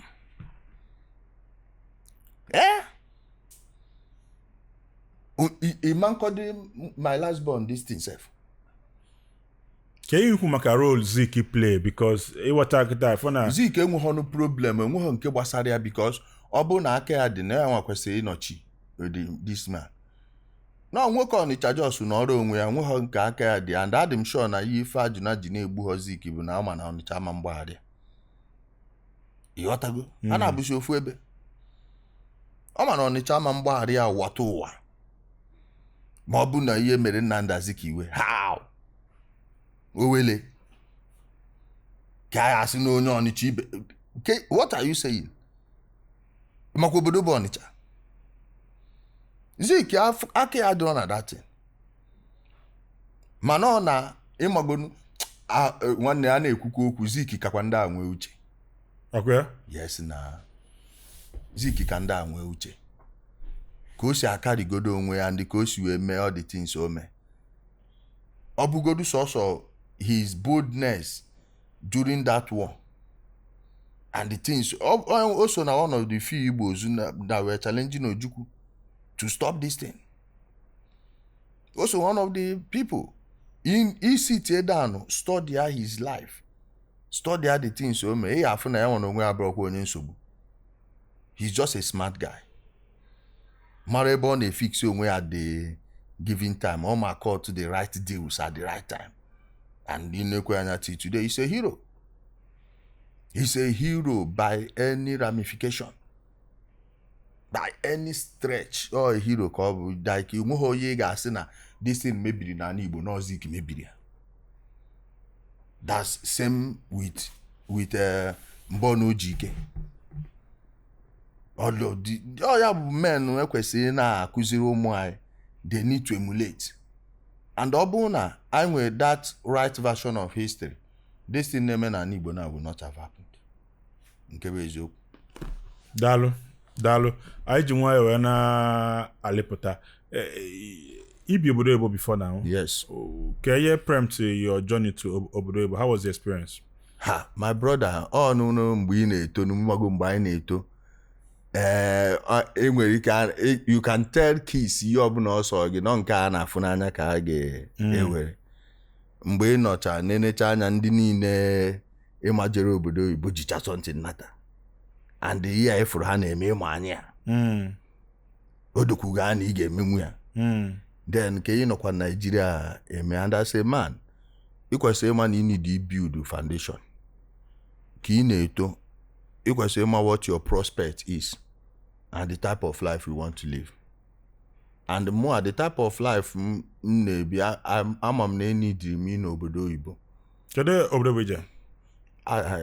Turkey bụ my main base but m na-eje other countries eje emechara business na eme. Then ebe anyị nọ na obodo Oyibo ha na ịmago na ọka ibido foundation gị ka onwe ihe stand at least nwoke kwesịrị na-enwe reserve. Yes. So yeah mere and ama m na the type of things m nwere interest ego my father ama mmenwu ya so ba uru mụ a I disturb onwe m so I had to move over. With your experience, ihe anyị na-achọ n'obodo Oyibo ọ dị n'obodo Oyibo a ka ọba anyị ka ọ dị ihe a na-eme onye ọbụla everybody is packing out. Obodo Oyibo adọzikwa ka ọ dị before. Okay. Yes. Ọdọzi ka ọ dị before in the same mụ na-agwa gị based on the business mme. Nke bụ eziokwu bụ na mụ emeghọ genuine business n'obodo Oyibo. Genuine business mme bụ ka enwee cover. At least ndị eke ngodu ndị eke na-eso gasị na ya ka onye a na coverage. So apart from ọ bụrụ na ọ bụghị onye bụ like an IT specialist or Igbo physicist, just STEM, let's use STEM, science, technology, engineering, math, na fall into all these things, obodo oyibo ga-afekwa gị ahụ. Ọ ga-adị gị very difficult, and ebe asị nọ ka iji legit na-eme ka ya n'obodo oyibo, nwanne ọ ya esikwa ike, except kwa na ị nọ na that STEM I just talked about, or na ibi n'obodo a na-eme purely business, and the business again na-apụta na. Man, if you go no ihe importation now, the cost of importation and naira devaluation, abego me again adhozi ya ka odi. And ndo tu I you know sometimes mgbe you know n'obodo Igbo in a week na-enweta $30,000. You got to go muzo na aga. Mecha ihe niile epụtakwa mmadụ bịa na-asị gị jeje mewekwe dis buy sell, ego a ga-agbadi gị n'aka. And they mago na or the discipline also get the only be or be ruhana when things a man memuzi. Yes. Yeah, so more ye me munjwe job do ibo. So when ibem take a risk, ibem take it. No ne buhamu madu for ego. Yeah, buhamu madu for ego. And we only njiri ye bawara mashawo. Kahana kohiri. Yeah, so ya bu my own. Then but I say ke when the mere yishi abia I can go. I can go. So album kind on ya. Yes, I hear other album. Now that your obodo yibo back in a way me one video within the IPOB, I think I saw a Bahrain flag that you were talking about. Ni me anything against the Igbos. Ne this thing in afonubo 6 minutes and 40 something seconds ka video ad. Mana nke niile ga-afụ bụ ebe aka ọtụcha 2 minutes. And mago otu nkata ama na gị kpa na. I nwere ike iwere anything court ọjọọ na ọ dịka ị na-ekwu a different thing. Even evangelist ha mekwere such a thing. Mmecha na nruo Lagos, I will send you the video ha dị kwuo na nsị na ga-egbu ya. And what I actually said. Evangelist nwa baby virgin ha nụnụ. Ịma George si me akpọzi na ekuzi n'okwu maka ọyị ọbụghọ na o nwere ihe ọ ga-eme ma because of the law, we follow the law, mana the case ga-agwụ na-agwụ. Yes. Mmeji ya daa akwụkwọ. So all the same thing ka these people mere. Ejem that time mbido mewe Nnamdi Kanu expose. And ịma na ịbịa na-eme ha expose, ha bido ikwu na ihe etiri ndị Igbo. Moreover, ha bịa na-ekwu na a na-achọ m achọ, na a na-achọ m ka tie m ihe, nse onye mmụnwa ka unu na-achọ achọ. Sha wel mma bịa na meeting unu. N'obodo Igbo ya. Yes. Sha na mma bịa ebe unu na-eme meeting ka m fugodo onye si na ọ ga-eti m ihe. Ihe nje dade bụ ka tie m ihe a sị na a ga-eti m. Njeruo there. Their leaders that day, none of them came. Also, the anụmanụ a na-akpọ onye emechi and Boga bịa later. When ka a na-akpọ Boga. Ka obodo ya. Turkey, in Istanbul ka ihe a mere. Na esen youth. I can the particulars like I can still picture it. That day, mbịaruo there, nna ndị Amecha meeting, they didn't say anything. Nsa no enwe nke ọ dị na mma bịa ya ekwughọ m okwu. Asị ngwa ka enye m mic. Ọ ya bụ okwu a na-ekwuzi ha na-evidio. Mgbe na-agwa ha na mmụọ na otu anọ nọgide nsị na nna emegide ndị Igbo as what? Abụzi m onye ebe. Wee kọwagide ahụ ha ncha na-ekwu aka even gote dị mmanya, mụ agotekwuo mmanya. Aṅụ sa onye ọbụla na next thing ejeje court all this thing. The guy mụ na-eso the guy ngwa agwa ndị isi fa na nna abịa dị afọ ya bụ Obichi. One Ebonyi State guy bi Ghana. And that thing, if I made that time, many of the members, because many of the members, more than they have my self, my aqua jacket, I didn't make aqua 2 months. Aqua open underwear, 2 months, I met to Amiaka, and and many of them not there. So this was how close Ndi with the band there. You know, there's an account and they against Ndi. When we can detain Siasandom Natin, say, come there, go no, I can't go do me and you, then in case na achum. KTM ife then tizie m ya ka mfu. Ọkwa bụ ihe niile furu ha jeje werte na court na akohiri. I've never been their member. The first time their meeting bụ 2017 May 30th 2017 a na-eme this Remembrance Day. and ịma na ndị abịa meeting ndị Igbo niile atọ n'ụzọ etinye Biafra. That time we didn't know. Asị na ji kandụl bịa na ọ ka elote maka ndị nwụrụ anwụ. Hardly anybody from my village na-enweghị family lose mmadụ na during that war. So nsi were nke anyị jeruo there. A na-ekwu even oge a na-ekwu fize na atọ n'ụzọ ihe atọ ihe Biafra. Uche m adịghịzi adenu apụta bụ na apụtago ịmago na ebe nọ with ndị bụ unu. Then I was the one that even suggested for them check their page IPOB Turkey. Their page adịghị earlier than May 30th 2017. They didn't have it themselves. For more gbasa na how these things unu na-eme na unu akwesịghị nọ na-eche ndị nke London unu ka a na-eme na enwe since unu nọ na-promote Igbo culture and every other thing. Unu kwesịrị inwe your own social media platform. Unu ga na-eji na-eme ha sị m ka bịa na handle asa ha no. Ache na egwuregwu. Let her asị m na before I ga-emecha meeting na nde the things any day iji na mụ abịa list ma lights ma computer every other thing, phones, tablets, data ihe niile. Asị m na a ga-enye m ego ka sa no na atị m na m achọghọ. All this idiot a na-akpọ Noble ka ha mecha sizie ka Noble na-eme ma si na mụ achọghọ. One guy from our side, Kennedy, bụ ihe bịa dade na ayọkwanụ mmadụ ayọ si na ayọ m ayọ na mụ achọghọ dị ime na asị m na ị na-ayọ m. Because from day one, anything Biafra, I don't like it. Right? No, I don't like it. The first time I actually recruit Umbu 2002 or 2003. That time I no na fege. Kambia na edero ha something. Even they told me na mo amanso na ndi na ebu egbe afidi na na to egbe egwu. Na nka the guy doesn't know me. Na I can edero ha here. All those people and send all those recruiters. The person be recruit mo na akuzisi their politics. Osim obia next one obia asim biko na ocho ka mbia na edero ha something. Na ga na akum 15,000 naira at that time. Ka mbia na edero fa things. So no na mo adho interested. So in 2017 na I told them na mo adho interested. Many of them no get this thing up my witness. I turned it down. So I have never been. And in fact, the morning promise had that they can't for no Biafra. I did not give them any more.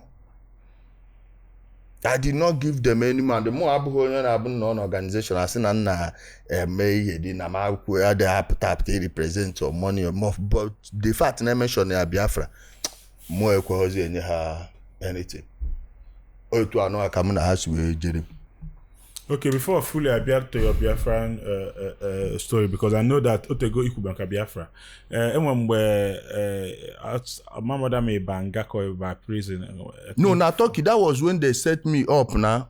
Mbombia ne men na the can expose. And the only thing you can do to have when passport na na Turkey. You working men. And they were egbe. Ha chobia, half egbe nke half nwere akwụkwọ.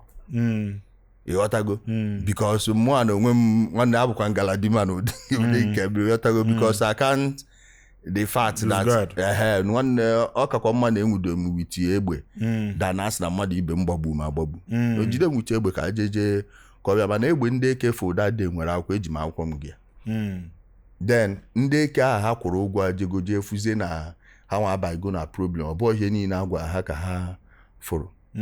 And ya bụ during COVID. Nsa ka ejewe court. Ha sizie na nga anọ 3 months before due to ya bụ ye COVID. Nsa I'd rather go back to my country. My passport, I can make a video and show you where the hair stamp on when I came back. I gadozi aka na passport na banji. That was how I came back to Nigeria. So I have no criminal record in Turkey. Nothing. So even when I went to Europe 2023, I mean, it got me 2020, 3 years later, I traveled to Europe, and you can't travel if you have that such record. So I went to Europe, I went to Vienna, went to Geneva, all these places. You can't move around like that, such a bad record. Share the story between you. I know you won't mention his name, but I'm the host. Abe Kobe, and then you going to, I think you going to jail for 1 year or so. 1 year and 3 months. That Showore came in and everything. Okay. Can know the problem because I'm from Mumbai. And Bana Iji Mumbai. Oh, during the time. Okay, man. What happened? What took you to jail? He did a fake miracle. That Jonathan the padlock man. Ka bịa na-ekwu na Jonathan is a native doctor. He started by saying that there is a native doctor here. You came here with a charm. If you don't come out after 3 days, you will die. Then the man came out, brought a padlock. The padlock, they had, it has a white thread tied around it. You know, these they are fake juju nonsense. Then when I looked at the white thread, the man said the thing has been there for 3 or 5 years. And this thing is whiter than this your wall. I'm like, how?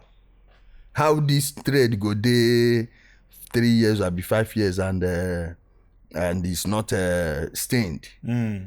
Now, also now this padlock, if I put it on top of your vehicle, it will not move. Say, well, wetenu ni akaije na koschari sije put ofubo to ke to kwase de nu aka iPhone. Then he told the man to open the padlock. Nwoke na-eme na ọ dị ekwe mmepe kita nchara emenu magic ya shepri wee mete ya ga ya be amụ na atom. Funny enough, the man bụ onye choosing. That weekend ndị choosing jeje made the man invite kpogote n'enu their altar. Si ake yo jije na another place and na-eme introduce as a native. Even ndị mmadụ sigoro from Facebook the man na-ewepụta si na onye abụkwa preacher ewepụtacha ebe oyi apron ndị choosing. They preach. Sorry, let me go ahead, Liz. I want to make healthy living a culture in our society. The time to make exercise, get sweat. That sweat is very important. Ibana garden, bela kokoni, very natural food. Or if your body need it, just new abuna day to chubusike.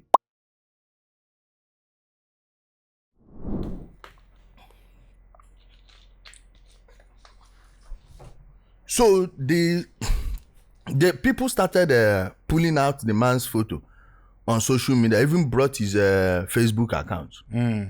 So when I saw it, I used it to make a video. And you know my stance on these fake pastors and what have you. I told people that this is fake. And I maintain my stance till date.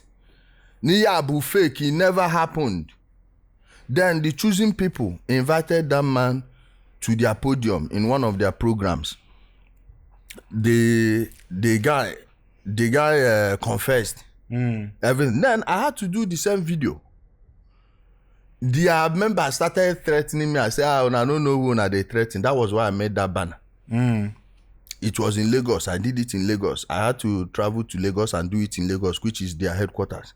Because they were saying, no, you cannot come to Lagos. And you know how it's the same crowd with these IPO bingos. Yes. Then they go, if you were in Lagos, I said, don't worry. I entered flight too.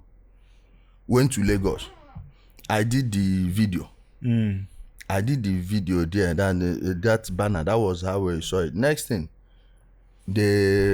I saw invitation from police. I know I wasn't under any obligation to go answer because it's WhatsApp message. I called the man. I said, they told me to come on Friday. I went on Tuesday, on Wednesday. I went there. Then when I got there, the policeman started telling me that, he's your brother. This and that. I want you people to settle. I laughed. Guess who they used to fight the thing? Obiore Ejiofor. Brother to Nnamdi Kanu's lawyer.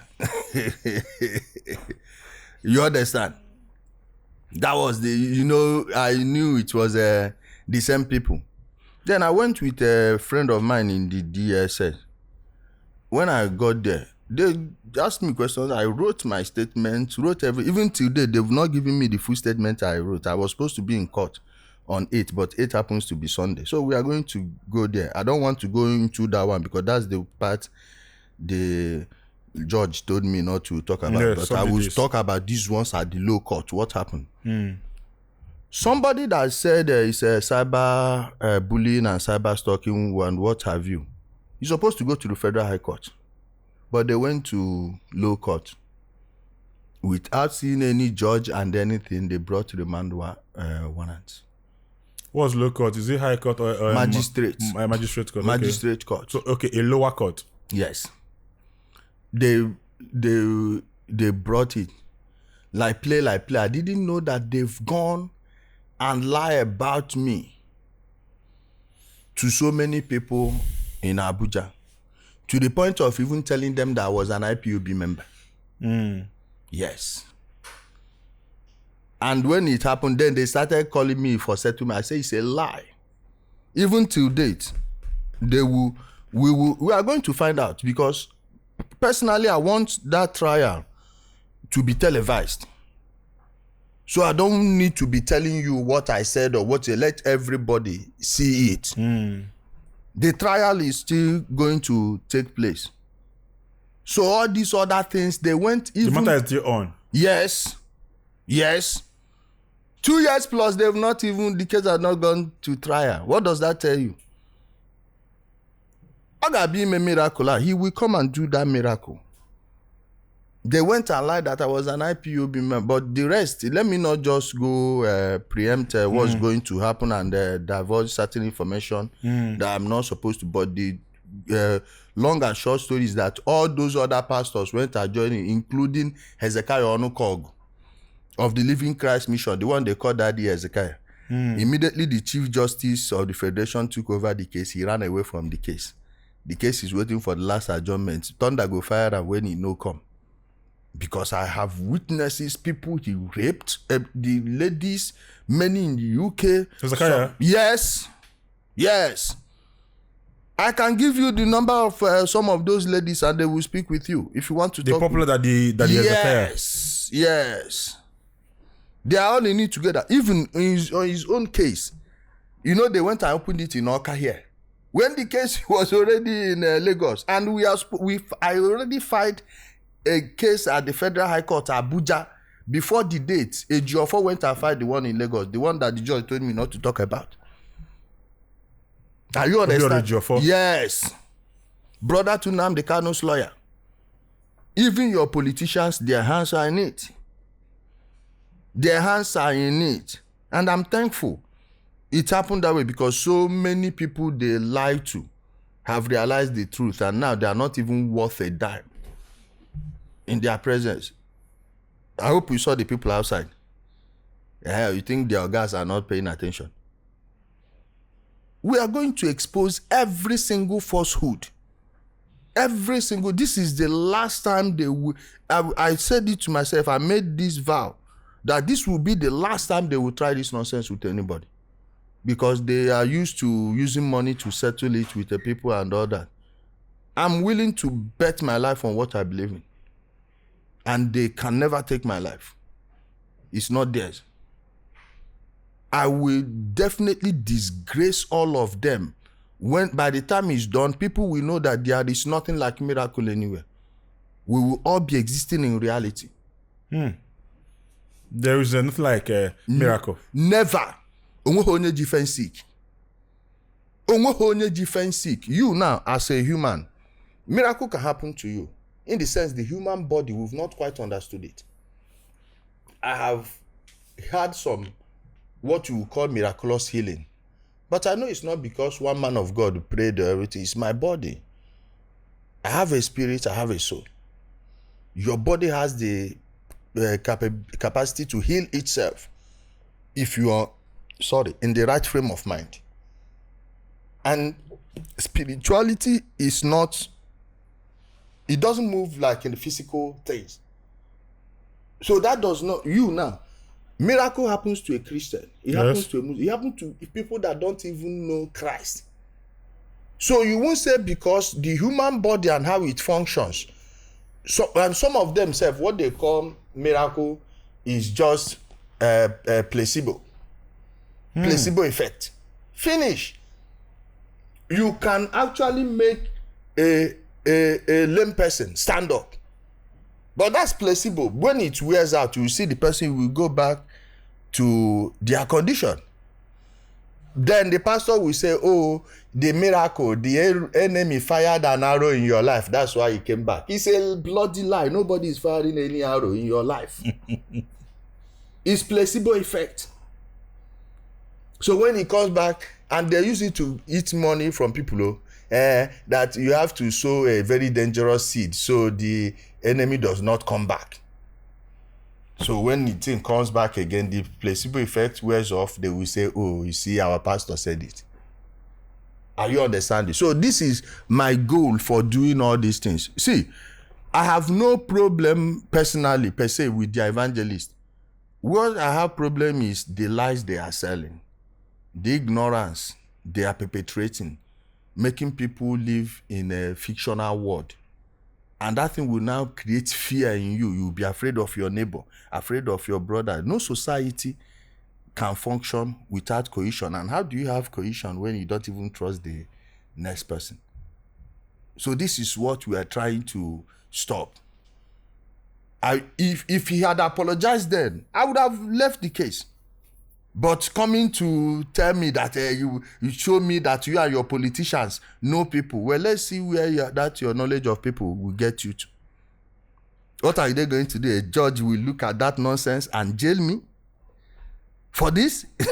Why were you then in jail for because more than they a said year? it's a bail. Flat risk. No, wait, now you know how they do it. They said that it's bail. Then I perfected my bail. Hezekiah brought his own again. Okay. And they want to do it in Oka. One of the lawyers I sent to Oka, as he was going back at this Uguaba junction, these ESN people stopped him and told him next time they will see him in Oka, they will kill him. Yes. The next time they see, how did they know he was coming from Oka? That they will chop off his manhood and feed it to him before killing him. And they wanted to bring me to Oka. That was when I made some calls. That general, may he live long. Then he made some calls. They even sent a report to the DSS sent me some questionnaires. I answered 18 questions. Even the NSA got involved in this. And to their shock, I didn't tell them to stop the trial. I told them, no, I want to go to trial. Just make sure this thing stays here in Lagos. Because I know what they are planning. Okay, I can come to Oka anytime I want. But as an inmate, you can't come. They will just ambush you. Because they are cowards. But right now, I'm in Oka. Would you look at the people and say, you want to stop me on the road? No, I will fire you. I will kill you. So this is what they are. These are cowards. They will never fight you as men. They want to use a sneak attack and all these things. So that was what took that so long. Then when the CJ took over the case, Hezekiah ran. How did Hezekiah came into the case? Have you ever mentioned him before? Of course. Because I know that Ebukobi was not the only pastor you ever. I mentioned everybody, even Jeremiah Omoto Fufui. I think you mentioned Paul Eneche too. Eneche too, and his wife, Suleiman. They even went to Suleiman. Suleiman told Deji that he doesn't want to bring any case against me. That's why you see me, I don't speak to him anymore. Because he just respected himself. Of course. That's why I don't mention his name anymore. I know you have issues with a lot of pastors. Not necessarily because they are pastors. It's the lies they are selling. The falsehood. The falsehood. This is what I'm against. I grew up in an Anglican home. My parents are church leaders. My mom is a notable woman in the women's wing. Just like my father in the men's wing. One day, ACM. Catechism in the Anglican 1 to 96. Ma Zulite Nwata, ma Dr. Watt, Ebumianisi those days. The only people that were challenged, the only people not challenging na branch time ba Ijeoma ofo Chukwu Dezuka onye ka bukwa ezigbo galadima now. Chukwu Dezuka Ijeoma ofo my younger sister Chidera. These are the only people that challenge, but one tonight like Ebumianisi onwe ihe mmadụ na abịa ịkọrọ m n'ụka. Abụọ baby Christian. mgbe ndị 12 years preached m NEFAC Evangelical Fellowship in the Anglican Communion Children's Day 1997 mụa na-asụ English Chinedu ọfọ na-asụ n'Igbo so onwe weta Bible na mention ebe a na Bible ka nsa adị m ya asa Bible from content of the Bible ngụchara gị Old Testament na ka ịma na mmụ ya mbụ ya n'isi a challenge go ma ndị pastor niile a onye ofu ebiagodi ka mụ na-eme Bible quiz one on one from Fada Oluoma to anybody onweghị onye nsọ so abụghị m baby Christian ị ga-abịa were all those things na confuse and when you have gone through certain things and you have attained a certain level of knowledge in life mara na onye amụma atụ asị this adọ na ọ na-atụ asị onwego certain things ekwesịghị na-ewepụchacha na ụmụ ihe anụ ka ndị ọcha si wee wepụ dia Daddy Ezekiah, I need to know he's one of the fathers of faith, according to Christianity. What do you have against him? One more unnecessary. What do you have against what he's doing, or maybe whatever he has done? What do you have against? Many women that call you Megoroha. In fact, Ofu, my very good friend, the family this man destroying. Mpahangu, this man, bottom Mahadewenu. Of course, in my name. Sina Mahabana 1 year, why? Sina 1 year, and buy another one. Only one girl and I watch the Mabina Gemini now. Yes, Karamunya Nagwa. Yehan Hajeguru. Ofuone Koibo. All these small girls and blue girls na church here. Ke business pastor is in a Virginia to Oberenwa. They do that. Asking can you give number ke power people. Nke na-enye gị the victim. Ụfọdụ n'ime if you ha na-akpọ ya na phone. For ịmago mgbe ọbụla efu nwata na-akparị okenye akparịgo onwe. Of course na. Ọ dị ka otu efu nwa 19 years or nwa 21 years of more sim chuka. Ikwesị ịma na ejigo m gbuo onwe m na n'aka ya. So all those type of things. But in no story, no chiente. And I wage watching kete. Oh, no man of God, no nka. That's not by anointed. Aro aneme. Yana agba. Oba akumya. Ebe m sima dizi na na-ekwu ya ka happy. Say again, ya biawa court there. And the funniest thing, the onye doc these people na court before. I need to dock them. Go in ime dock. First. Stand there as a witness. Just stand there as a witness. Ki go do of ma. I no gide apụta na ewe as if na onye a dispersion na ọ na-afụ Chukwu ọ na-afụ gịnị. Emekwana ọsọ na Nigeria ka ndị na-afụ Chukwu kariziri Chukwu nwa. What they do, ndị na-afụ. And our own time, anyị jiri ike chopped out all these things. And all the many churches so. Even many in the father Makwaya knew. Out of Anglican. I'm a many priests in our parishes. Including my own cousin Bukot. I'm a miya na onweriana ebigom na personage. Iota ebigom na personage. So I'm what is happening there. So na mbiazi biagwa gị audio dịrị gị bụ iji nwayọ change your life. Ọ bụghị bịa na achọ onye na-eme intimidate. I can never bow down for you for anything. I can't bow to you. Yes, we should mind our business. Yeah. Ọ mind the business nke ya wee na-agwa ya na Chukwu si asị anyị. Ndị nke a na-eji megaphone emechi ndị mmadụ ntị na-agwazi mind my business. Nwanne nene okwu a. Ben azube m na-eti tete n'ụlọ. Ọgwụ a na-agwa na na-eji ọkụ mmụọ. Ofu ngwa na-asịzikwe mind my business. Mind the business gị mgbe ị na-agwa m na na-eji ọkụ mmụọ. Ihe na-eme amabalugolu. How it concern you? So all these people, one I need the happy made the same mistake I want. Because we failed, our parents failed us. How many of them were in all those things? I agree. Elote Mumba and my father, you on a bomb tight. na-akwụgokwe m tait. O nwere mbosi nwa na amaghọ m mbosi na-ekwu okwu ihe chọọchị. O nwere onye nke ọ dịka mgbe ka ebe m na-erecha anya fụ foto ose na chọọchị vileji anyị.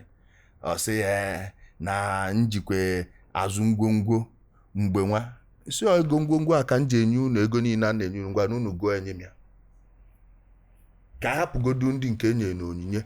Ndị nke a na-agụ na-enye unu ego if you want $1,000, $1,500, gụọ na anyegodu m first. So amụ abụkwa stakeholder.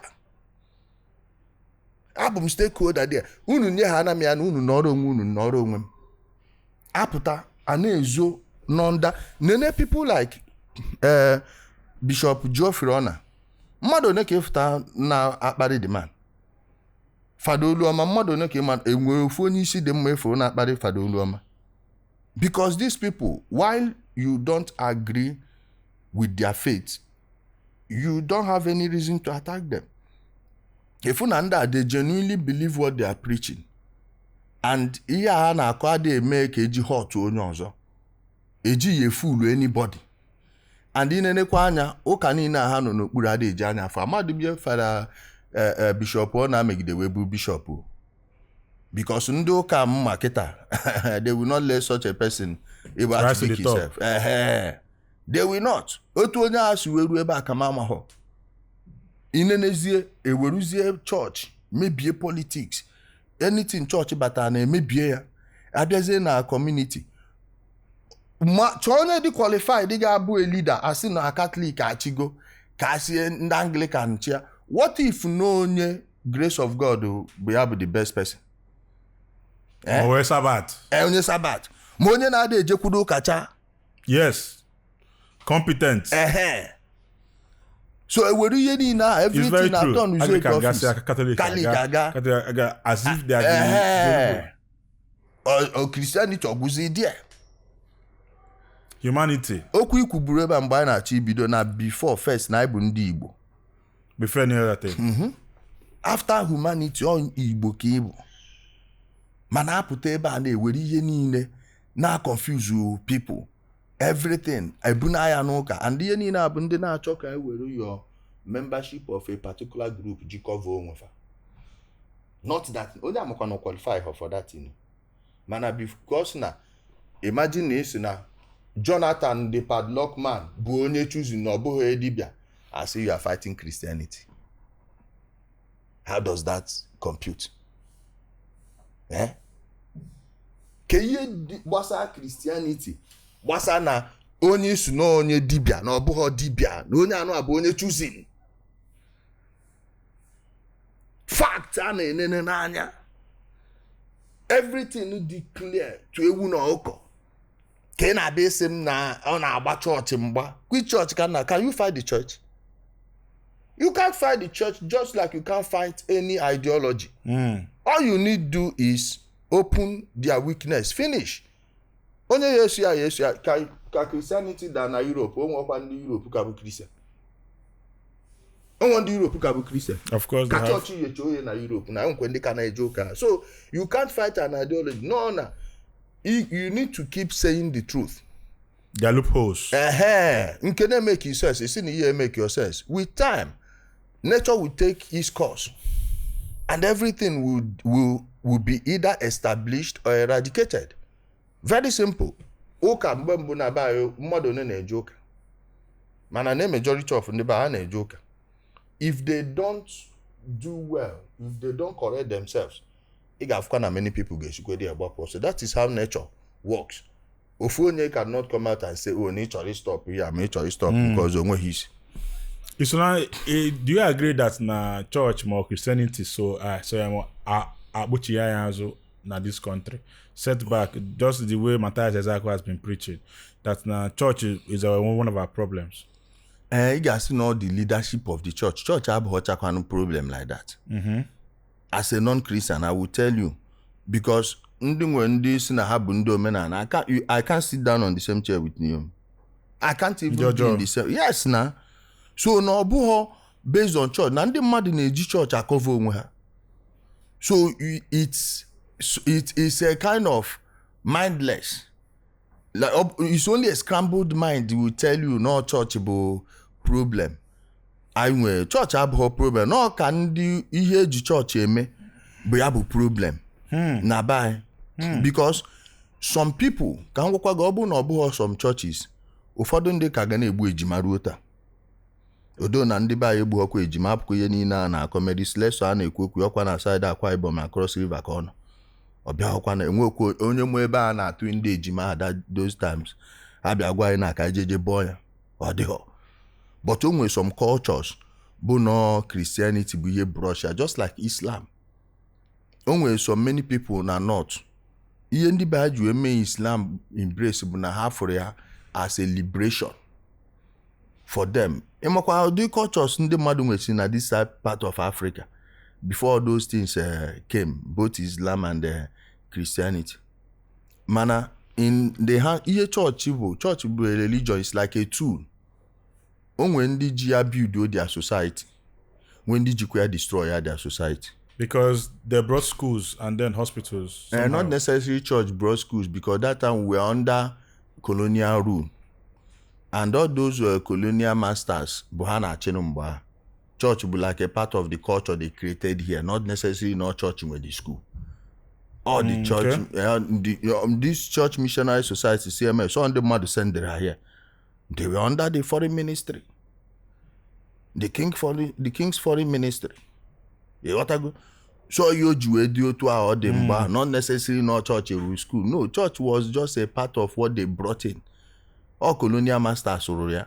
Now, in order to near address a way for church and the property church be even on the church can or back and a number of slaves able poor. Yes, now. All those in the name for bishop or new bishop or a governor. Can you feel all those old churches in our phone, EJ in our community, so they very close to Afia? Kezeba na posa those slaves before Aporo Hapo. Keba ne daisy all those things. Can you feel able personage? Personage of office. Yes. So Abian and Kai Christianity as it is today. One noble name war. Ọrụ na function means of ndị a na-asị na Chineke kpọrọ ha nwekwa onye ga-asị na Chineke kpọrọ ya na onye nọgidezie onwe nke ọ na-eme ada aga onwewe call from God Chineke ọ da-afụ dị ibe eto kpọ ya onye nwe ihe ọ na-arụ Chineke ọ da-akpọ Peter Mba ka ifunugo ebe Chineke kpọrọ a big man Buruburu Alize a big man. Buruburu Enugu. On happened there. On down a Korea. Okay. On down a we are one for more. Yeah, now one church in our funam. If we get this final generation about now their plan was to kill Christianity in Nigeria. They are on the right path. I want to get Jack maybe. I'm telling you because Umazini oge anyị pere mpe ịma na ndị nke erepụ aja mana onwe ndị na-ekwu mana ọ bụ ozi generation na-efuru ọnụ na ahụ ụmụazị ka nkọ ịghọtago it's just a matter akwefugo ka many of them na-apụta na-ekwu ya it's changing and the mindset ya bụ eziokwu efuru anyị na adị na-ekwu na enwe ndị bụ ụzọ nụọ this ọgụ that foundation na-shake seriously. Ọ bụ na watch ya since case m na evangelist ha mmadụ one ka na-eme miracle ide notice na ozi prophecy ka na-enyezi ndị mmadụ because miracle bịazi na cast anyhow so efugo na otu a nke o jere Enugu bọsa emekwana miracle afọkwa m ka o jere Enugu akwasị na nwa ya ngwụlọ gara ije mbakwa afọkwa m ya mechaa asị m ka nchọgo the video mee ka nchọ the video because nke m ụkakwu mma na otu mụ na gị nọ court na ọhụ mezie mkpọtakwu onye ngwọrọ ka emekwu onye ya ka ọ gaa ije ọrịa ịbịa nyewezi anyị excuse inye anyị excuse nke because he has to prove some of these things of course na all the so-called miracles efuru o mere nke niile m ewepụta echicha ndị na-aya all those things kpọnite ofu efugo ebe nkata ji wee kwupụ ike mgbe ka ha ga-agwa gị Nima water. That you will not understand that your faith is too small. Don't worry, I got put on the face if I at least onye akpọta say onye ngwa akwa ịchọrọ ịga ije akwa inwe faith na ya aga ije nwoke ngwa na-ekwe faith ọncha niile na-eme miracle pope nke nwụrụ anwụ wee nọ na wheelchair pope enwekwughị faith God's vicar on earth ka ọ na-enweghị ofu n'ime unu kpọnitere aka na-akọ ihe my brother happen these people. Dalo. After all, Elijah na ndị amụma Baal. Anwere ya n'iru lazy. Because when they say you don't put God to test. Because Elijah and them say na kai bonukunu kan pon kai. And they don't normally remember all this Elijah. Are they akota side ah? I said you approve. I say you don't test God. You don't test God and everything. Are you looking for a reputable real estate company to invest with? Do you want to buy land with instant allocation? Are you tired of going to court over land disputes? Come to Pine Leaf Estates and Properties Limited. Land banking is a must.